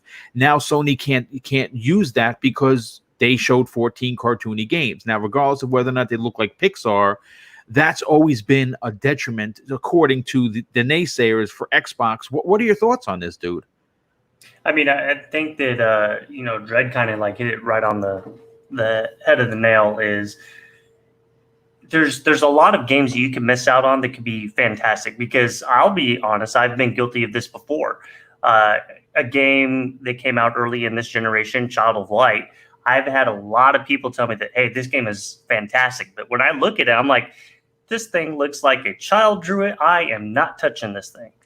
But a lot of people, they really love the game. As far as the narrative goes, you know, it's unfortunate. We're just not going to be able to escape what people want to drive with it. I don't think that it's something that Sony drives with it because obviously they're showing everything. My impressions when I was watching it, half the time I had to keep reminding myself that no, they're not showing Grounded because it's a Sony product. And I'm excited to see more on Grounded because despite the cartoony look, I'm interested in it. We see it a lot. Like when we said, you just got to keep that same energy. If you were one of them individuals that were ragging on Microsoft for showing cartoony games, you know, and you come to this and the majority of the games were cartoony games, show that energy. You just have to. No, that's a great point. Very well said. I think everyone really covered this well. But we're gonna move into the PlayStation 5. The console, the design, the fact that they launched a digital edition along with it. We're gonna get into that because this is gonna be a topic that we're gonna be on for a bit. Real quick though, Sin Vendetta dude drops another outstanding and very generous $10 super chat and says this: boom. Don't sell yourself short. You put on several really great live shows each week, and this many people coming to watch live is a testament to your hard work. So pat yourself on the back. Well, thanks, dude. That is really awesome of you to say, and it's truly appreciated. Sir X-Man, good friend of the show, drops a $5 super chat and says this: boom, if Microsoft wants to get some of that thunder back, they need to show a Splinter Cell and all the games that have been rumored for the past 4 years. You know what? I got news for you. If I was Phil Spencer and I had the checkbook, I would lock in an exclusive, not a timed exclusive, a straight up Splinter Cell exclusive. That's what I've been saying for years. But again, if they have Perfect Dark, do they need Sam Fisher? I still say why not? Go crazy and get Sam too. And Luis Alvarez, hey Luis, thanks for being here. He drops a $2 super chat, says, how long until someone strokes their PS5? Oh my god, that is ridiculous. Jesse Darby, hey Jesse, thanks for being here, dude. He drops a $2 super chat and says this: why do we got to keep rebuy in Grand Theft Auto? I was a little taken aback by the whole Grand Theft Auto thing. I didn't understand where they were going with that, but let's get into the meat and potatoes of the event. I said privately, and I also said publicly, that if we don't get a chance to see the PS5, it's an epic fail. I don't care what they show. And Sony did it. Why do you have to say that, Boom? I have no choice. I have to be fair. I have to be honest. If they would not have shown the PlayStation 5, it would have been an epic fail. But you know what? Dancing Jim Ryan didn't let us down. They showed off the PS5, and they probably should not have. I'm going to tell you this right now as someone who's buying the PlayStation 5, and no, I'm not buying the digital edition because I don't know. You know what? It's going to be a toss-up because of the hard drive size. I may be forced to buy the 2 terabyte diskless one only because there's no solution yet to upgrade the storage. So it's going to be a questionable decision. To be honest with you, if I can get either one locked in, I don't honestly care. I want a PlayStation 5. But I have to say, look, I'm going to tell you, I don't know if I already said this story. I might have already. But when I showed it to Mrs. Boomstick, she was like, no, it doesn't. I didn't tell her what it was. I said, Miss Boom, what do you think? She asked me, well, I mean, it's a space age kind of design, but what is it? I said, well, it's the PlayStation 5. Then I showed it to her lying down. She goes, look, I'm going to be honest with you. I don't like it. So why don't you like it, Mrs. Boomstick? She says it looks like the plastic is peeling off on the sides. And I looked at it from her perspective and I said, wow, that's exactly what it looks like. It looks like the top and bottoms, the glue didn't stick and it kind of just stretched out. And it has that curve after something that was supposed to be straight curved. I don't like the design. I don't know if it's necessary. I know that we have seen. You know what? I'm sorry. If I would have had time to do this show, I would have brought the memes that people are making are. I can't even show them on the air because if I do, I'm not going to be able to. I'm not going to control myself as a host. I've seen the Pope. I've seen someone did 2 pieces of paper between something that looked like a router. Yep. It is a lot of routers. That's exactly it. There was I'll say this: I don't like the design. I'm assuming that Sony had to make the design like this based on the heat issue that we heard that they were having. I hope that it runs quiet. Supposedly, I saw someone write it in the chat. I don't know if it's true. They're saying that it's literally 4 inches taller than the Series X. I don't know if that's true, but if that is, that's egregious. And I'm how long's the Series X? I think it's like 12 inches or 14 inches, and if this thing is 18 inches tall, I mean that's like a statue. That's like a Yeah. statue, for Christ's sake. I don't know, but you know what? Let's get into the meat and potatoes with the panel, and I'll start with Tempest, son. Tempest, when you saw the design, first of all, I was happy to see what the PlayStation 5 finally looked like. What they showed me is not something I thought was appealing to the eye at all. What are your personal thoughts and takes on the reveal of the PlayStation 5?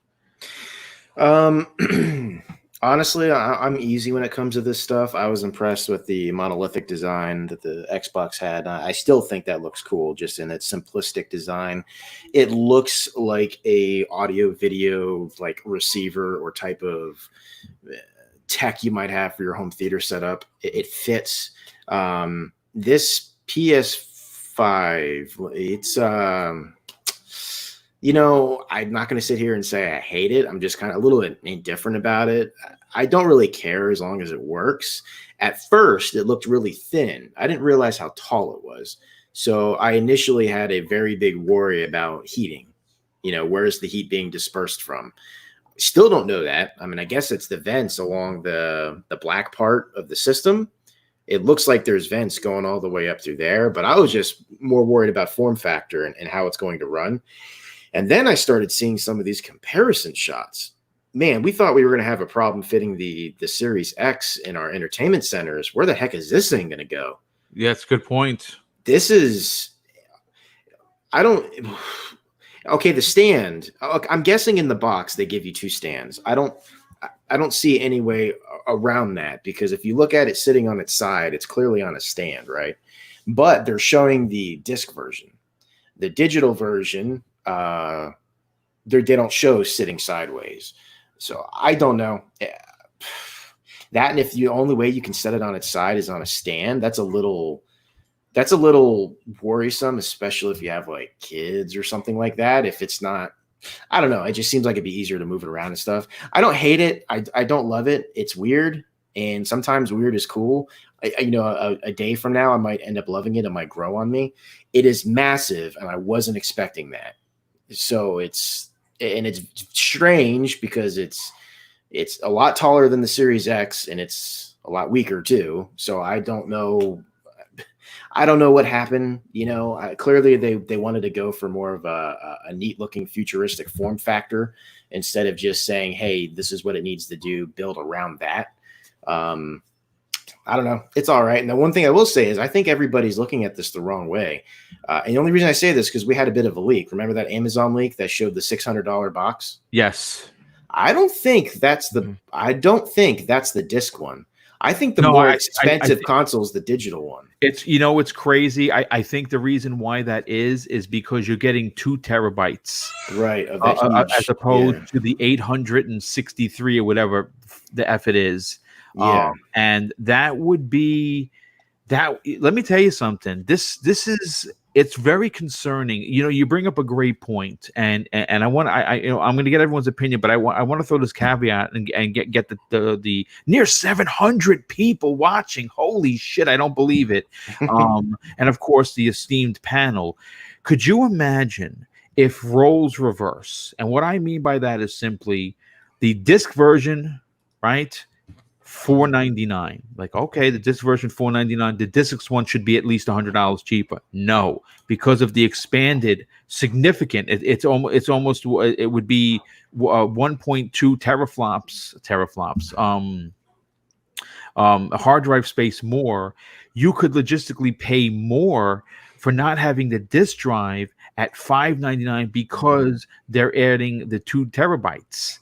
That and let's just say, for instance, the Lockhart is real, and I think Microsoft has to respond. Now Microsoft has to respond with some sort of a hardware event, and they need to come out and say X $499 and the Series S $299, the discless version, and it's going to have the 1 terabyte with the expandable, plug-in back one for $70 or $80. Mm-hmm. And you could logistically have a discless version of a better console than the Xbox One X with 2 terabytes for $200 potentially less than the PlayStation 5 all digital. Wow, that would be a punch to the balls. I'm sorry. Go on. No, continue your point. Expandable hard drive space. How are we doing it? I don't see it. It could be in the back. They didn't show the back. Sony's already said that there's no current solution for that. Okay. Well, no, there is. So we don't know how you do it right now because they just literally showed the console. But Right. just like how you've done it on a PS3 or a PS4 or PS3 and PS4, what they would use back in the day is laptop hard drives. And so you pop the hood of your PS3 and then there's a slot there for your hard drive and you just put the hard drive in there and then close it and then bam, there you go. Now, how does that work on a more mainstream audience? That is a question. And stuff when you open up your console, I wouldn't do it. No. The PlayStation, that is covered by the warranty. I know. I worked at GameStop. Okay. Yeah, they encouraged that because it was faster. Whatever. Okay, so that's the question. And just messaging by not getting out in front of there. I've already seen like Ryan McCaffrey from IGN. Mhm. People are looking at the digital box, and I could be totally wrong. This could be cheaper, but they're looking at is in, oh, they better show Lockhart because this is Sony's Lockhart. I don't know. I feel, this is just my opinion, the reason why the digital version is going to have the 2 terabyte hard drive, it's to get rid of some of that cost. If they're to do the 2 terabyte and the disk drive, then you wouldn't be looking at $600. Hypothetically, you'd be looking like $650 or something like that, which is just way out of left field. So that's my take on it. I don't know. It's interesting, but kudos. At least I can say this: kudos to Sony for wanting to do something. I mean, Xbox did something different too with that, the Series X, with how it's shaped, like the little PC tower. But it's way different than the other the PlayStations I've seen. So kudos to them for just doing something different. I applaud that. So yeah, okay, all right. So Wilmy Hood, let's bring you in on the conversation. You obviously are getting multiple PlayStation 5s. You are very raw with your opinion, so I'm interested to hear yours. What are your thoughts on the design of the PlayStation 5? I don't really care about the design. I'm good with it as long as it doesn't overheat and sound like a jet engine. But I want it in a different color. Okay. That bright white, man, is going to stick out in my living room like you will not believe. That's my only complaint. I don't really care about the design of it or how tall it is or any of that good stuff. So I just want a different color and a different color controller. Maybe they'll, obviously they always have revisions. Potentially, you could see one a year from now that would be all black, potentially, instead of having the white parts, or it could be blue and black. But obviously that's Sony's place. Their colors. That's an interesting take. I was expecting you to be not like the design, but you don't care so much about the design. You just want to play games. That's it. I really don't care about the design of it. I just want a different color. But maybe by the time it comes up for pre-order, they will have, that's a good idea. Yeah, maybe. That's a good point. Dreadpool, let's bring you into the conversation. What were your thoughts on the unveiling of the PlayStation 5? Like it, love it, or hate it? Well, first, I have a box of Sharpies for Wilmy Hood to sell him. So...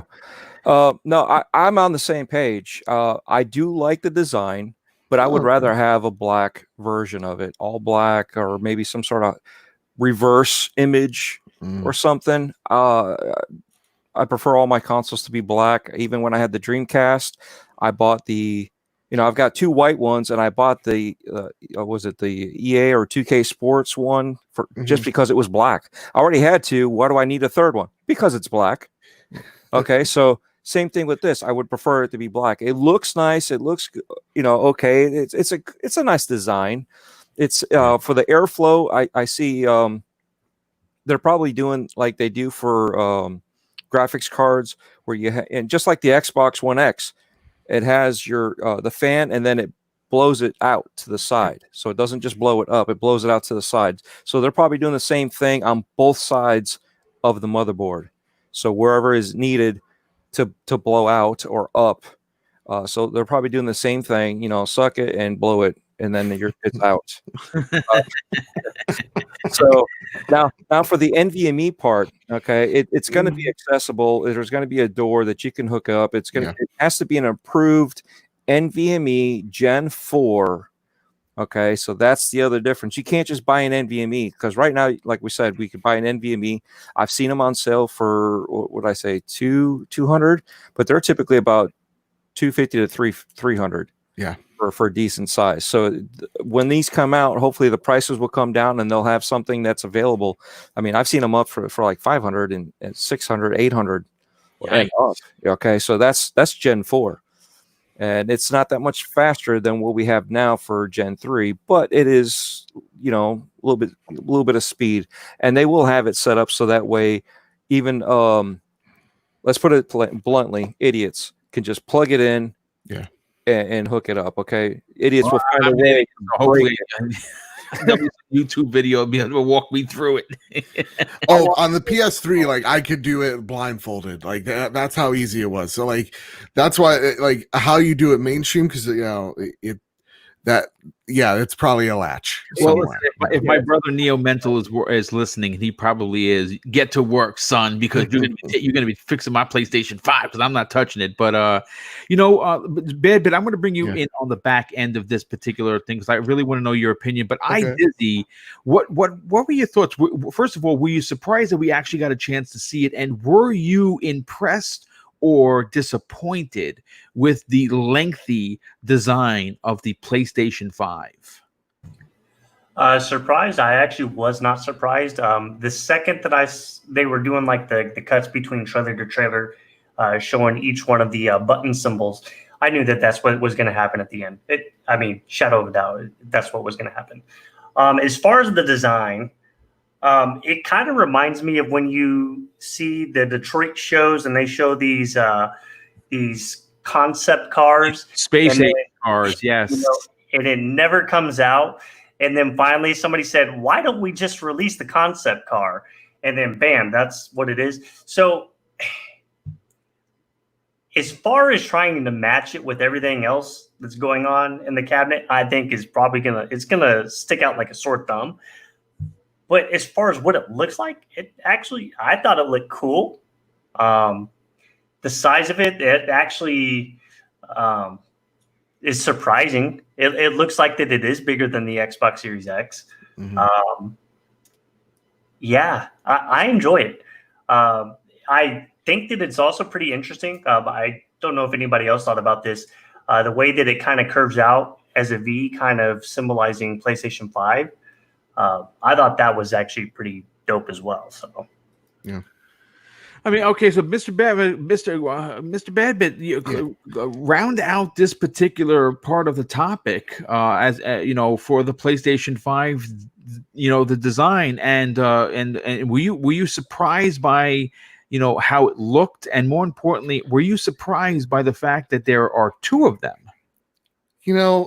As part of the PlayStation delegation, as they have elected me as one of their officials, I have an official release. They say, in response to all the negativity, what 'tis art? Art makes you feel a range of emotions. Art can make you, a beautiful painting can make you angry. It can make you love. It can make you laugh. That's what art is. And that is why the PlayStation 5 is truly a work of art, because every time I look at it, I have a brand new emotion associated with it. There are times I look at it, I'm like, yeah, that's dope as all hell. That's cool. Especially when they have the painting out shot. I'm like, yeah, that's a cool console. And then I look at it again, I'm like, this is an abomination. And then I look at it now, and Twitter's truly ruined this for me, everyone. I want the chat to know this. Someone has photoshopped the PlayStation 5 as part of Perfect Cell's head. Yeah, and now I can't unsee it. I can't unsee it, and I hate whoever did it. Perfect Cell is now ruined for you. Well, no, like Perfect Cell, PlayStation 5 is not ruined for me. I'll say this. It is very high concept. It is very... That's a great point. No one said that. That actually is a fantastic, well-versed point. Really, yeah. excellent. And I've been saying this for like weeks now, even on your shows. Boom is like, I love the Xbox Series X design. Why? Because it's just like, we get it. This is weird. We've never seen a console like it before, but screw it. This is what it looks like. Yes, it's a refrigerator. I don't care. And so when I see this, it's kind of like it's trying to make me eat my words. It's like, Joe, this is what you wanted. You wanted weird. So there are parts of me that it's just like everything, and I actually we were talking about it on the trophy room earlier. A part of me, it reminds me of the PS3 Super Slim a little bit, especially on the disc version of it. Kind of reminds me of it in certain aspects.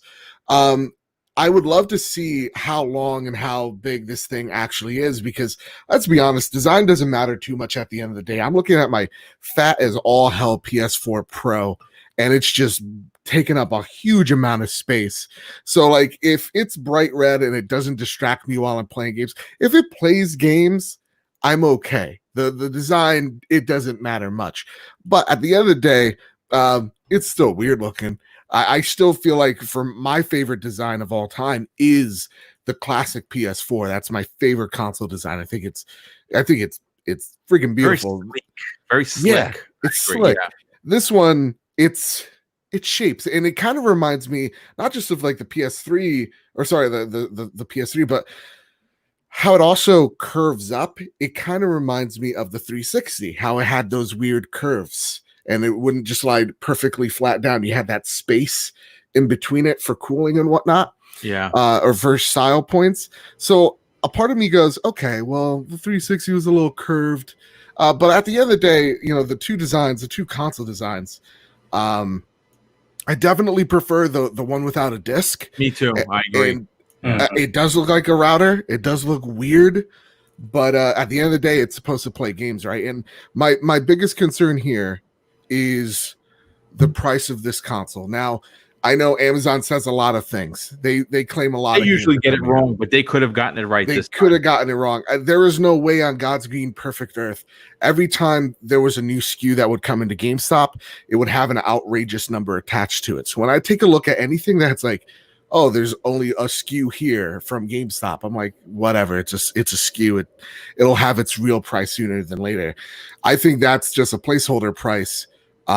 For sure, but the only time we'll know is when Microsoft says their price, right? Because I don't think PlayStation. Right, yeah, so like Xbox could come out next week and go, "Hey guys, here's the Lockhart. It's a discless version of the X. It's not as fast. This one's 300, and the X is 500.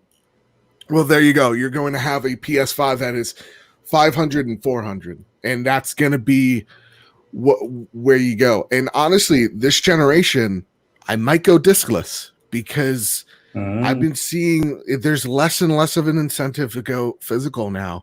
Yeah, I just get so little for my trade-ins when I was a college student, and hopefully by the time this thing comes out, I got a stable job that I don't have to sell, I don't know, The Last of Us Part 2 for just $10 at GameStop. So that's gross. Yeah. To me, it's just like, well, the trade-in amount is so little anyway. Might as well upgrade to an all-digital setup. But honestly, design doesn't matter. If it plays games, it plays games. Also, when it comes to the heating thing, I don't care as well. Like, as long as it doesn't sound like a jet fan, there's no way $1 billion company is going to approve a console ever since the Xbox 360. It's going to approve a console if it has overheating problems. So that's every time I hear those rumors, I'm like, yeah, it's not happening. So for me, I'm you know what? I'm going to walk away positive. I want to be positive. I like the design, and it's going to take a bit of getting used to.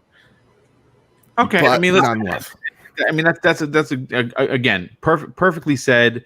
No. If I could say also, I don't care if I get kicked out of the delegation for saying it.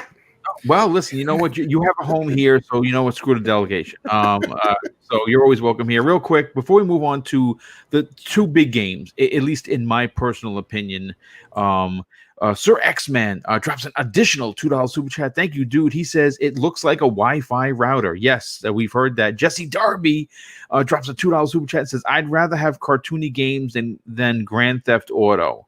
Yeah, I don't understand the whole Grand Theft Auto thing again. Re-release, and is Rockstar selling that? Do you have to pay for that? No, it's just from what I understood, they're making an enhanced version of it, and it's free for PlayStation 5 owners. These are the next few weeks. PlayStation's got to it has to answer what's your backwards compatibility and what's your enhanced thing look like for sure. Yeah, no, also, wasn't it a limited time for that too? Yes, the first 3 months, you download it and it's free for you. And there you go again. How is that consumer friendly? Because not everybody's going to buy it within the first 3 months. The console itself. Yeah. Well, that's incentivizing you to buy the console. Yeah, that's a shortage. And I believe it's coming out in 2021. Yeah, and I think if you're a PlayStation Now owner or PlayStation Plus owner, you can get it right now. And it'll upgrade. Again, I could be completely wrong talking out of my ass. That's what I got the feeling of. But we're talking about again. Yeah, they're going to have to clarify a few things for sure.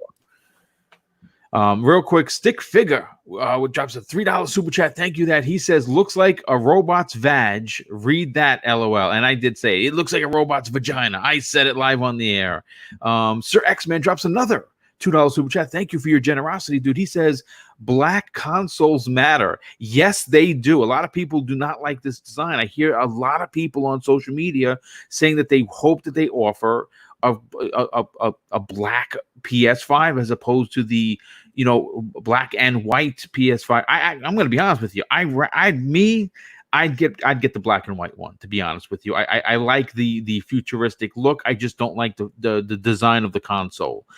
James Carlo, hey dude, thanks again. He drops another super chat for $2 and says, is the PS5 to be upright only console? The Series X you can put on the side, but I'm not. I'm going to have mine standing up. For the PlayStation 5, it appears that you can lie it down on its side, but you need the stand that comes with it in order to do that. It's a little weird. And Sir X-Men once again, dude, drops a $2 super chat. Says, can you imagine PlayStation 5 as a custom console? No, I cannot. I don't see where you would be able to design it a custom console on that. Mariano Pampa drops a $2 super chat. Says this. Thank you for your generosity, Mariano, and more importantly, thank you for being here. He says, should Xbox now reveal their price after this? The price is that's a question. That's a big question. I don't know. They may be waiting. Obviously they're playing chicken. We're going to see. I don't think we're going to get a price for at least until August, I think. But let's talk my game of the show. Now, if you've been following me for a while, I when I was on Crossfire, used to leave filling out reports for assault, because that's how badly the guys beat me up. And you know what? Everyone's, it's all fun and games, right? No one really physically assaulted me, but a lot of people on the panel when I was there for the 2 years did not like Horizon Zero Dawn. It's one champion on that panel, and I have been championing Aloy since I met her when I played the game for the first time, and I think that the character is it's one of my favorite IPs. Not only new IPs for Sony, but one of my favorite IPs this entire generation. I really. It could be because I'm an 80s kid. I have such an affection for like the Dinobots, like the Transformers Gen 1, my favorite Transformers. And obviously if you're a Transformers fan, you love the Dinobots. So getting to be in that world with Aloy, who I think is a very, very strong but vulnerable character. I loved everything about that game, and a lot of people did, and I get it. I'm not going to challenge your opinion, but we were expecting, at least I was hoping, that we were going to get Horizon Zero Dawn. Now, we did get Horizon Zero Dawn 2, and obviously it moved. I put it this way: there were a lot of cheers for that game, and for good reason. I got very excited to see it myself. Obviously, it wasn't gameplay. Now, some people are going to poo-poo it because it was all in-game engine cutscenes, and you know what? I'm perfectly okay with it because I know what I'm getting. But quite frankly, it didn't look tremendously better than Horizon Zero Dawn on my first stream, which was having audio clipping issues. That when I watched it twice in a matter of 2 hours, back to back. And I watched it again in HD, and I believe it was in 4K. It looked stunningly gorgeous. And it's my game of that show because I'm such a big fan. But I want to get the opinion of the chat as well as the panel, and I will start with Mr. Badbit, obviously being a PlayStation representative who may or may not have a home after being on this show, with your congregation of PlayStation folks. What were your thoughts? Were you as impressed as I was with Aloy's new story in the Horizon Zero Dawn franchise? The short and sweet, because I know I've been talking too much. Short and sweet is more Horizon's always good Horizon. I liked what I saw. I loved the water stuff, and I love the hints of what the area was about. And the area, it looks like it's a jungle-ish setting, but that is spoiler alert for Horizon 1. You're in California because you see the Golden Gate Bridge at the very end. So yes! that's the temperament now, the climate rather of the world now, which is pretty dope. And then the one of the coolest things is then you see like the desert and her then climbing these like this snowy cliff. Yeah, and then, it looks like the world is tremendous. Yeah, a ton of biomes for sure. The coolest part for me though is when they pull a literal like Hannibal meets Lord of the Rings Return of the King, where they have the war elephants and it's just completely robotic. Yes. I love Horizon because it's literally just like Beast Wars but with bow and arrows. So I was totally down. This was one of my highlights of the show. Well, listen, everything you said, I agree with. So the congregation may or may not have me take your place. So we don't know, I think they're voting on it as we speak, Joe, but you always have a home here if we both get outed. But you know what? Listen, what could you say? It's Guerrilla Games did something amazing. And it is what I'm hoping happens to Playground Games. Now I know this is a Sony show, and I'm only bringing it up from comparing apples to apples here. Playground Games, what are they known for? Racing games, right? If they could prove, and I believe they're going to, that they're making the next Fable, and it looks as amazing as I'm hearing it's going to look like, it is going to be one of those holy shit moments that the Xbox community has been waiting for. And going back to Guerrilla Games, this is a team that notoriously only made Killzone, and that's all they ever made. And going from Horizon Zero Dawn 1, coming off of the very unimpressive Killzone for the launch of the PlayStation 4, is something to get up and cheer. Not just because you're a PlayStation fan or a fan of this, that, and the third, for just being a game fan, for being a gamer, to see them have that kind of triumph. And now to see this being put, and again, I'm actually disappointed that this is not a launch title. I don't think we're going to get it for a while. I'm hoping March 2021, but they didn't even have a date with it, which tells me that this may be a lot longer in development than maybe expected. And that's why they made a lot of these, third-party one-year exclusive deals like Godfall, and a few others, like the Square game is exclusive for a year. The game is going to come out when it does. There's going to be a collector's edition that I'm buying, and I cannot wait. But I'm interested to hear, Wilmy Hood. I don't know what you might have said it once before one of my shows. I'm not sure if it was you that said Horizon Zero Yawn. I don't know if that was you. That was not me. Okay, so what are your thoughts on what they showed for Horizon Zero Dawn, which I thought was a pretty lengthy chunk of the game? It's a day one for me. No, okay, excellent. I mean, that's all there is to it. I have Aloy right here on my desk. She's hanging out, big statue of her. Yep, day one, no questions asked. Just give me the game now. I'll be happy. Now, did you get a chance to watch it in a better the 4K stream rather than the shitty 1080? I watched whatever is showing on the console. I didn't have any time to go back and watch anything else after that. Yeah. Okay. All right. So I mean, I would suggest being that you're a huge fan like me, I would highly recommend go checking it out in 4K because it looked even. I mean, again, I was impressed, but I didn't notice that much of a difference in the low quality stream. Then I watched it in 4K. On my monitor, I was like, okay, yeah, this is definitely next generation. This is definitely running on a PlayStation 5. That's good to know that you enjoyed it. Dreadpool, what are your personal thoughts on Horizon Zero Dawn? Oh, it was amazing looking. Like Bad Bit said about the biomes and everything. It was really cool to see the. It seemed like they put more into the world. There was a lot more stuff going on, a lot more to see. It was cool to see the landmarks that we have now, still around. Very Planet of the Apish, if you will. Yeah, and that's where I start to throw a question as to where was the first one taking place? You know what I mean? They didn't really, as far as my knowledge, they didn't really say. So I was thinking Europe or then I'm like, well, we didn't travel over by boat. So were we on the East Coast and now we're traveling west? Because I thought it was just now, what did they say? Now we're in the Americas.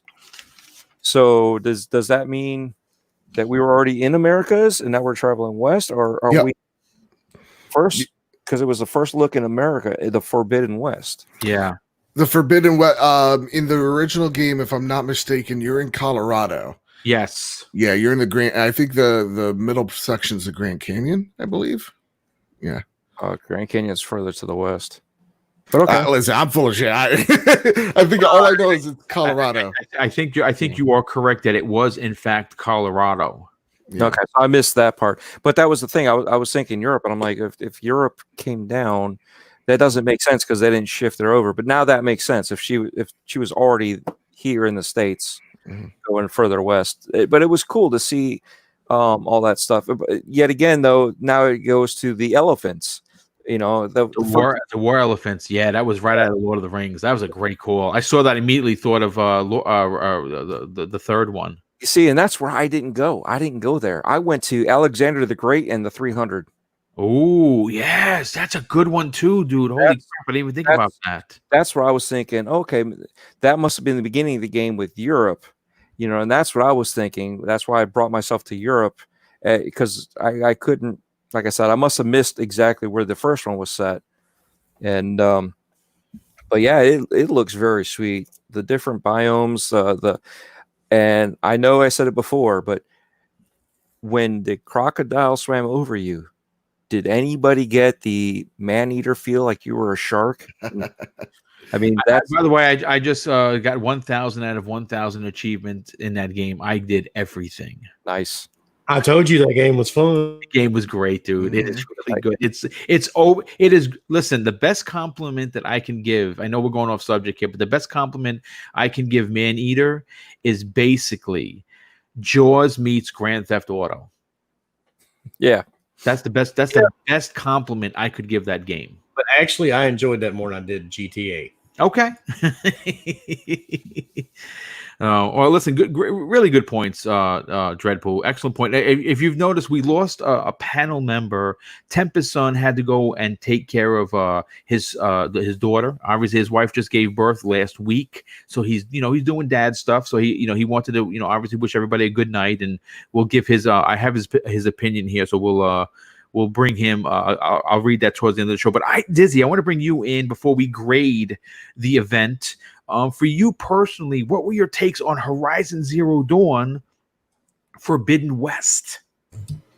I thought it looked fantastic. Actually, some of the scenes when she's going through it kind of gave me a Breath of the Wild vibe, seeing the backdrops.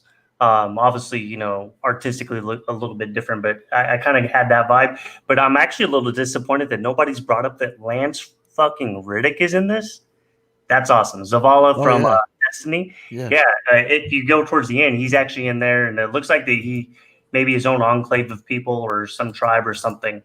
So I don't know if that makes him like the antagonist or anything. But overall, it looked fantastic.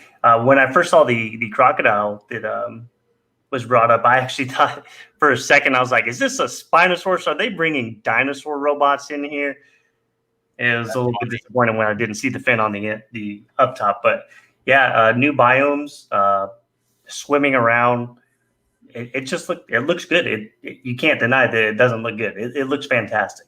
It does, and there are a lot of people in the chat that are saying 2021, 2022. This game is not coming out anytime soon. I'm disappointed.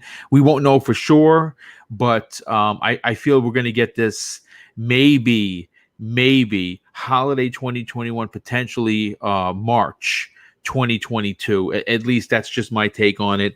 Real quick before I get to our grades and we do the outro, Sir X-Man, your generosity completely blows me away every time. He drops an additional $5 super chat and says this: Sony, they could have brought the house down with a Twisted Metal or my dream game remake of Colony Wars. Those are really good picks, dude. I'm actually the two games that were missing that everyone swore up and down were going to be there, and I was one of them, was Silent Hill and Metal Gear Solid.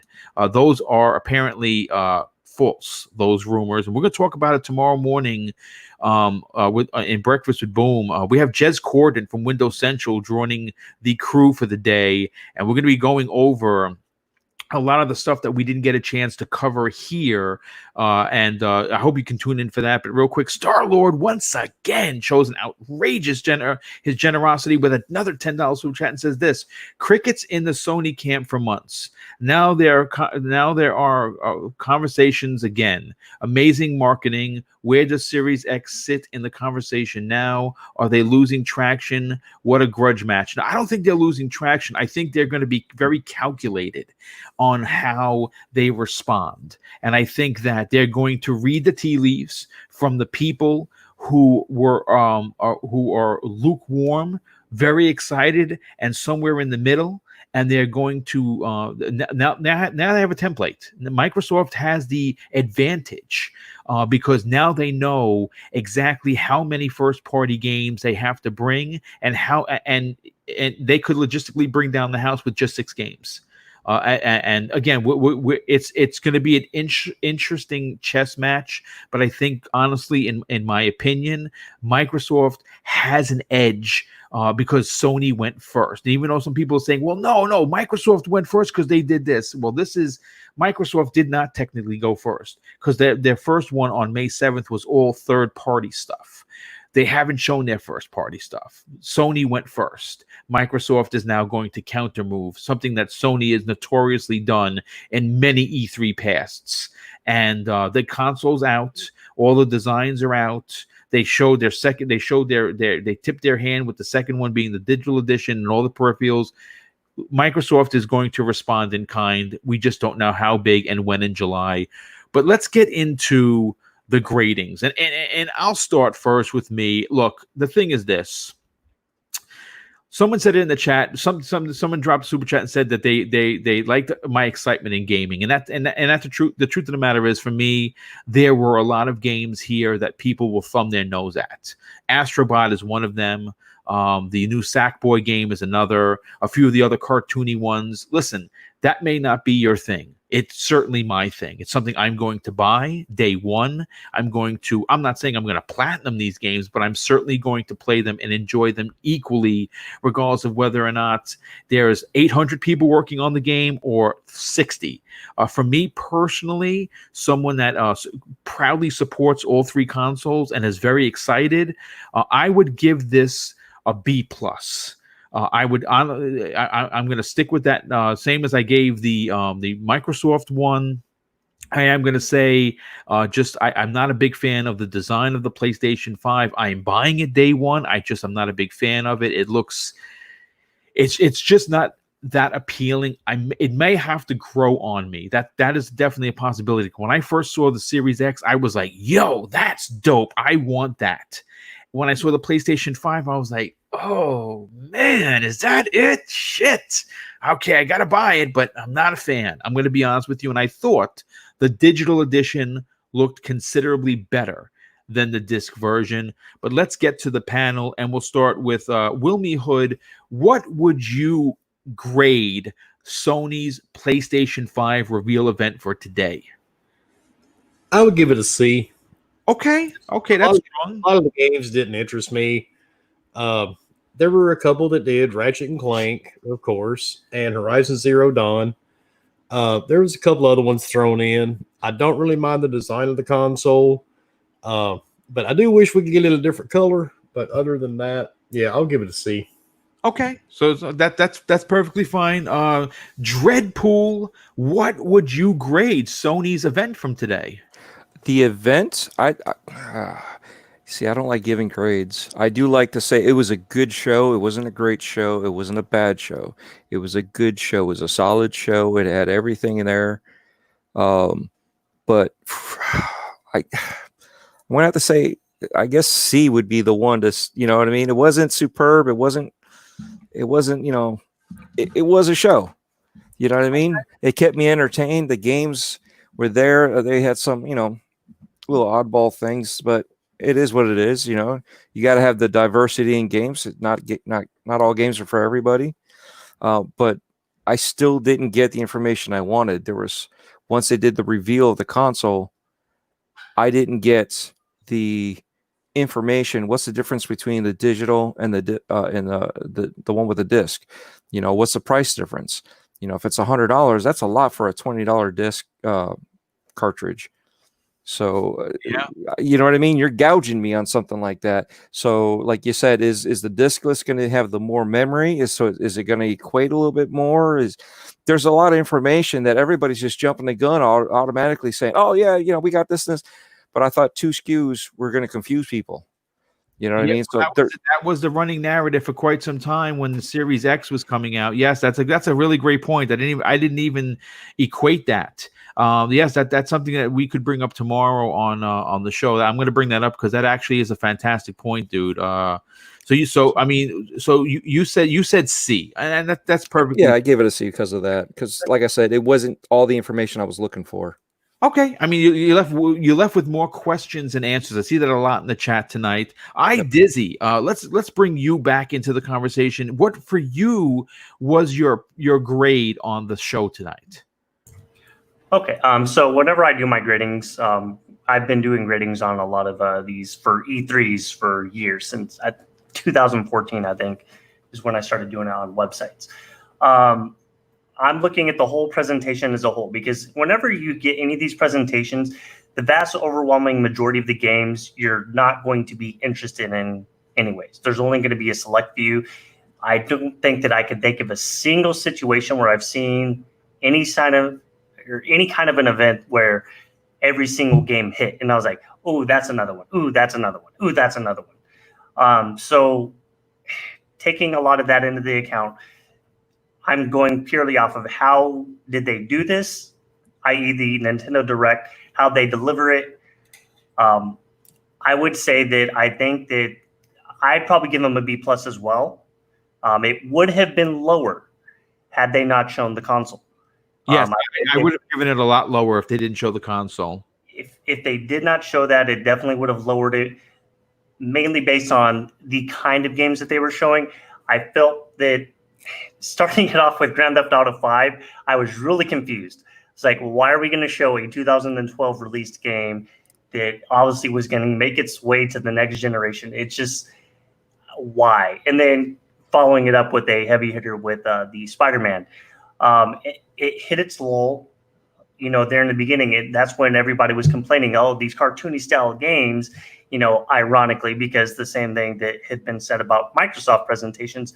But I felt like that the last 20, 25 minutes, they really hit a stride that helped save the entire presentation, especially once they revealed it. So I would say if we were going on a grading scale as such, I'd say B+.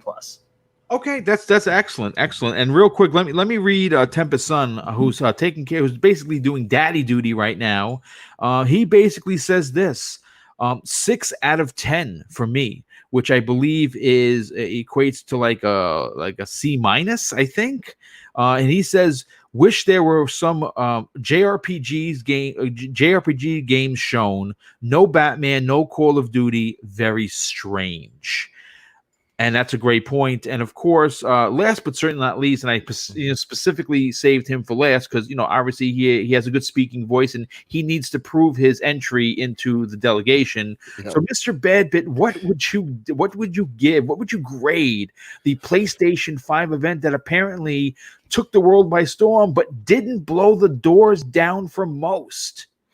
Well, I think for the people that were in my corner, a lot of people were rather high on it. So I walk away saying that the event itself, the way it was structured, was fantastic. Like just on a show level, like we all echo the statement that why the hell Microsoft is still sticking with this inside Xbox shenanigans.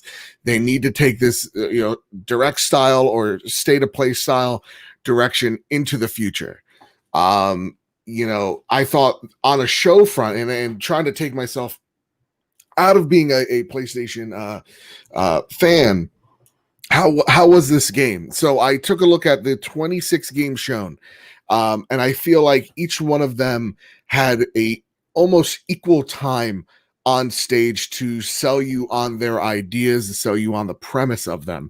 There was no quick montage of games that were just rounded up for the sake of having a montage, for the sake of having a bigger number.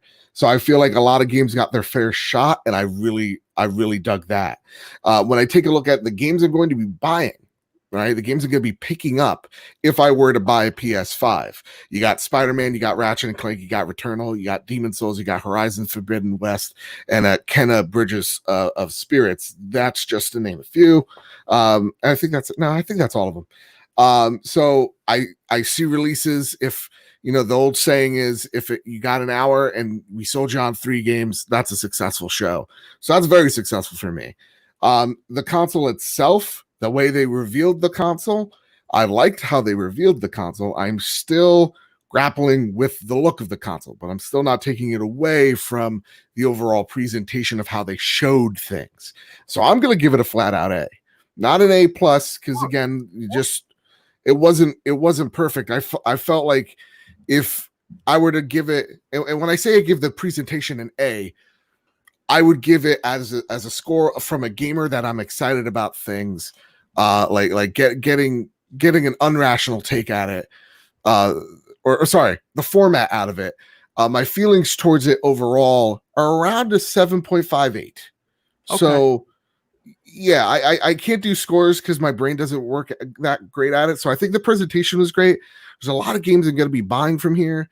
I still have just this feeling of the console needs to prove itself as to why I need to buy this console. And I don't think, honest to goodness, the Series X or the PS5 have yet to show me, not a CG trailer. I want to see what is, through the game design to the gameplay, what is changing here. And I haven't gotten that yet. So I thought it was a great presentation on a production standpoint. I think it was a solid first outing for the console itself. But like if I'm Xbox, I'm not too nervous. Okay, I mean that's a great point. Well, listen, I want to thank everybody. First of all, just FYI, we hit 700 in the live chat today, and that is ridiculous. For a channel that only has 4,400 subs, to have that many people here, it is tremendously humbling to know that many people tuned in. I'm really glad that I did this show this evening, and I hope that you enjoyed it. A little caveat: I hit 5,000 followers on Twitter today. And that is ridiculous because, wow, people really enjoy my, hearing what I have to say. And I'm always very positive on Twitter. I don't really have anything negative to say. My glass is always half full as opposed to half empty anyway. And I do all kinds of, pictures, collections, pizza when I make it. And I just like to have fun. And I want to thank everybody that is subbed to not only the Double Barrel Gaming channel, but of course, following me on Twitter. And I want to thank, first of all, I have to really, go into the fact that the generosity that continues to come in from the Super Chats it's unbelievable. And tonight was no exception. Once again, you guys and gals completely blow me away with your generosity, and I really want to thank you from the bottom of my heart. As a matter of fact, Gamer by Choice closes out the show with an awesome $5 super chat, an additional $5 super chat, and says, does anyone think Sony is holding their God of War, Spider-Man, Uncharted games for a show after Xbox to get the last word, even if they take 2 to 5 years? No, this was Sony's load, if you will, to be nasty. This was it. They're not going to show God of War now. You're going to see a lot of this stuff next year. They showed what they wanted to show. They believed that they showed enough to sell you a PlayStation 5, and I think that is what you're going to get. This is it. They might have 1 or 2 more events, like VidDoc kind of a things, but there's nothing of what they're working on is ready, and that's why you saw today what you saw. And Juno's 23 drops a $2 super chat. Thanks for being here, dude, and also for your generosity. Vast majority of those games don't have releases. That is absolutely correct. As a matter of fact, there were only 4 titles of the 28. Thanks for the save, Dreadpool. I had it down as 26 for some reason. It's 4 of them. 4 of them are 2020 holiday, and the only big one was Spider-Man. That was it. The other ones were smaller titles, and some of them most cartoony ones. I don't think anyone's going to really care so much for. But let's get to the outros. We're going to start with Wilmy Hood. Wilmy, obviously, you are not only one of the most generous community members I've ever come across. You are someone with a very strong block hand, and I did not know that you're close to all jokes aside. Is it 30,000 people or 3,000 people? 30,000. I thought I was wrong. Listen, Wilmy is a gentleman, but he doesn't take any shit, and he's a grown man with a business. It's like I say, man, when you reach a certain age, I'm not dealing with trolls. I'm just not going to do it. I don't deal with idiots. I have taken a lot of your advice, and I have to tell you, my timeline looks a lot more tastier these days because you know what? It does. It absolutely does. But you know what? I want to talk about you and where people could find you, because obviously you have an amazing podcast called Gaming Beyond the Box on Wednesday evenings. I believe it's 8 p.m. Is that correct? That it is. And actually tomorrow night at 8 p.m., we're going to do our first reaction show. Nice, dude. Excellent. So talk about that and tell people where they can follow you, but potentially be blocked by you on Twitter. You can find me on Twitter, of course, at Wilmy Hood. Unless I do have you blocked, and if I do, I'm not going to apologize because there was probably a reason.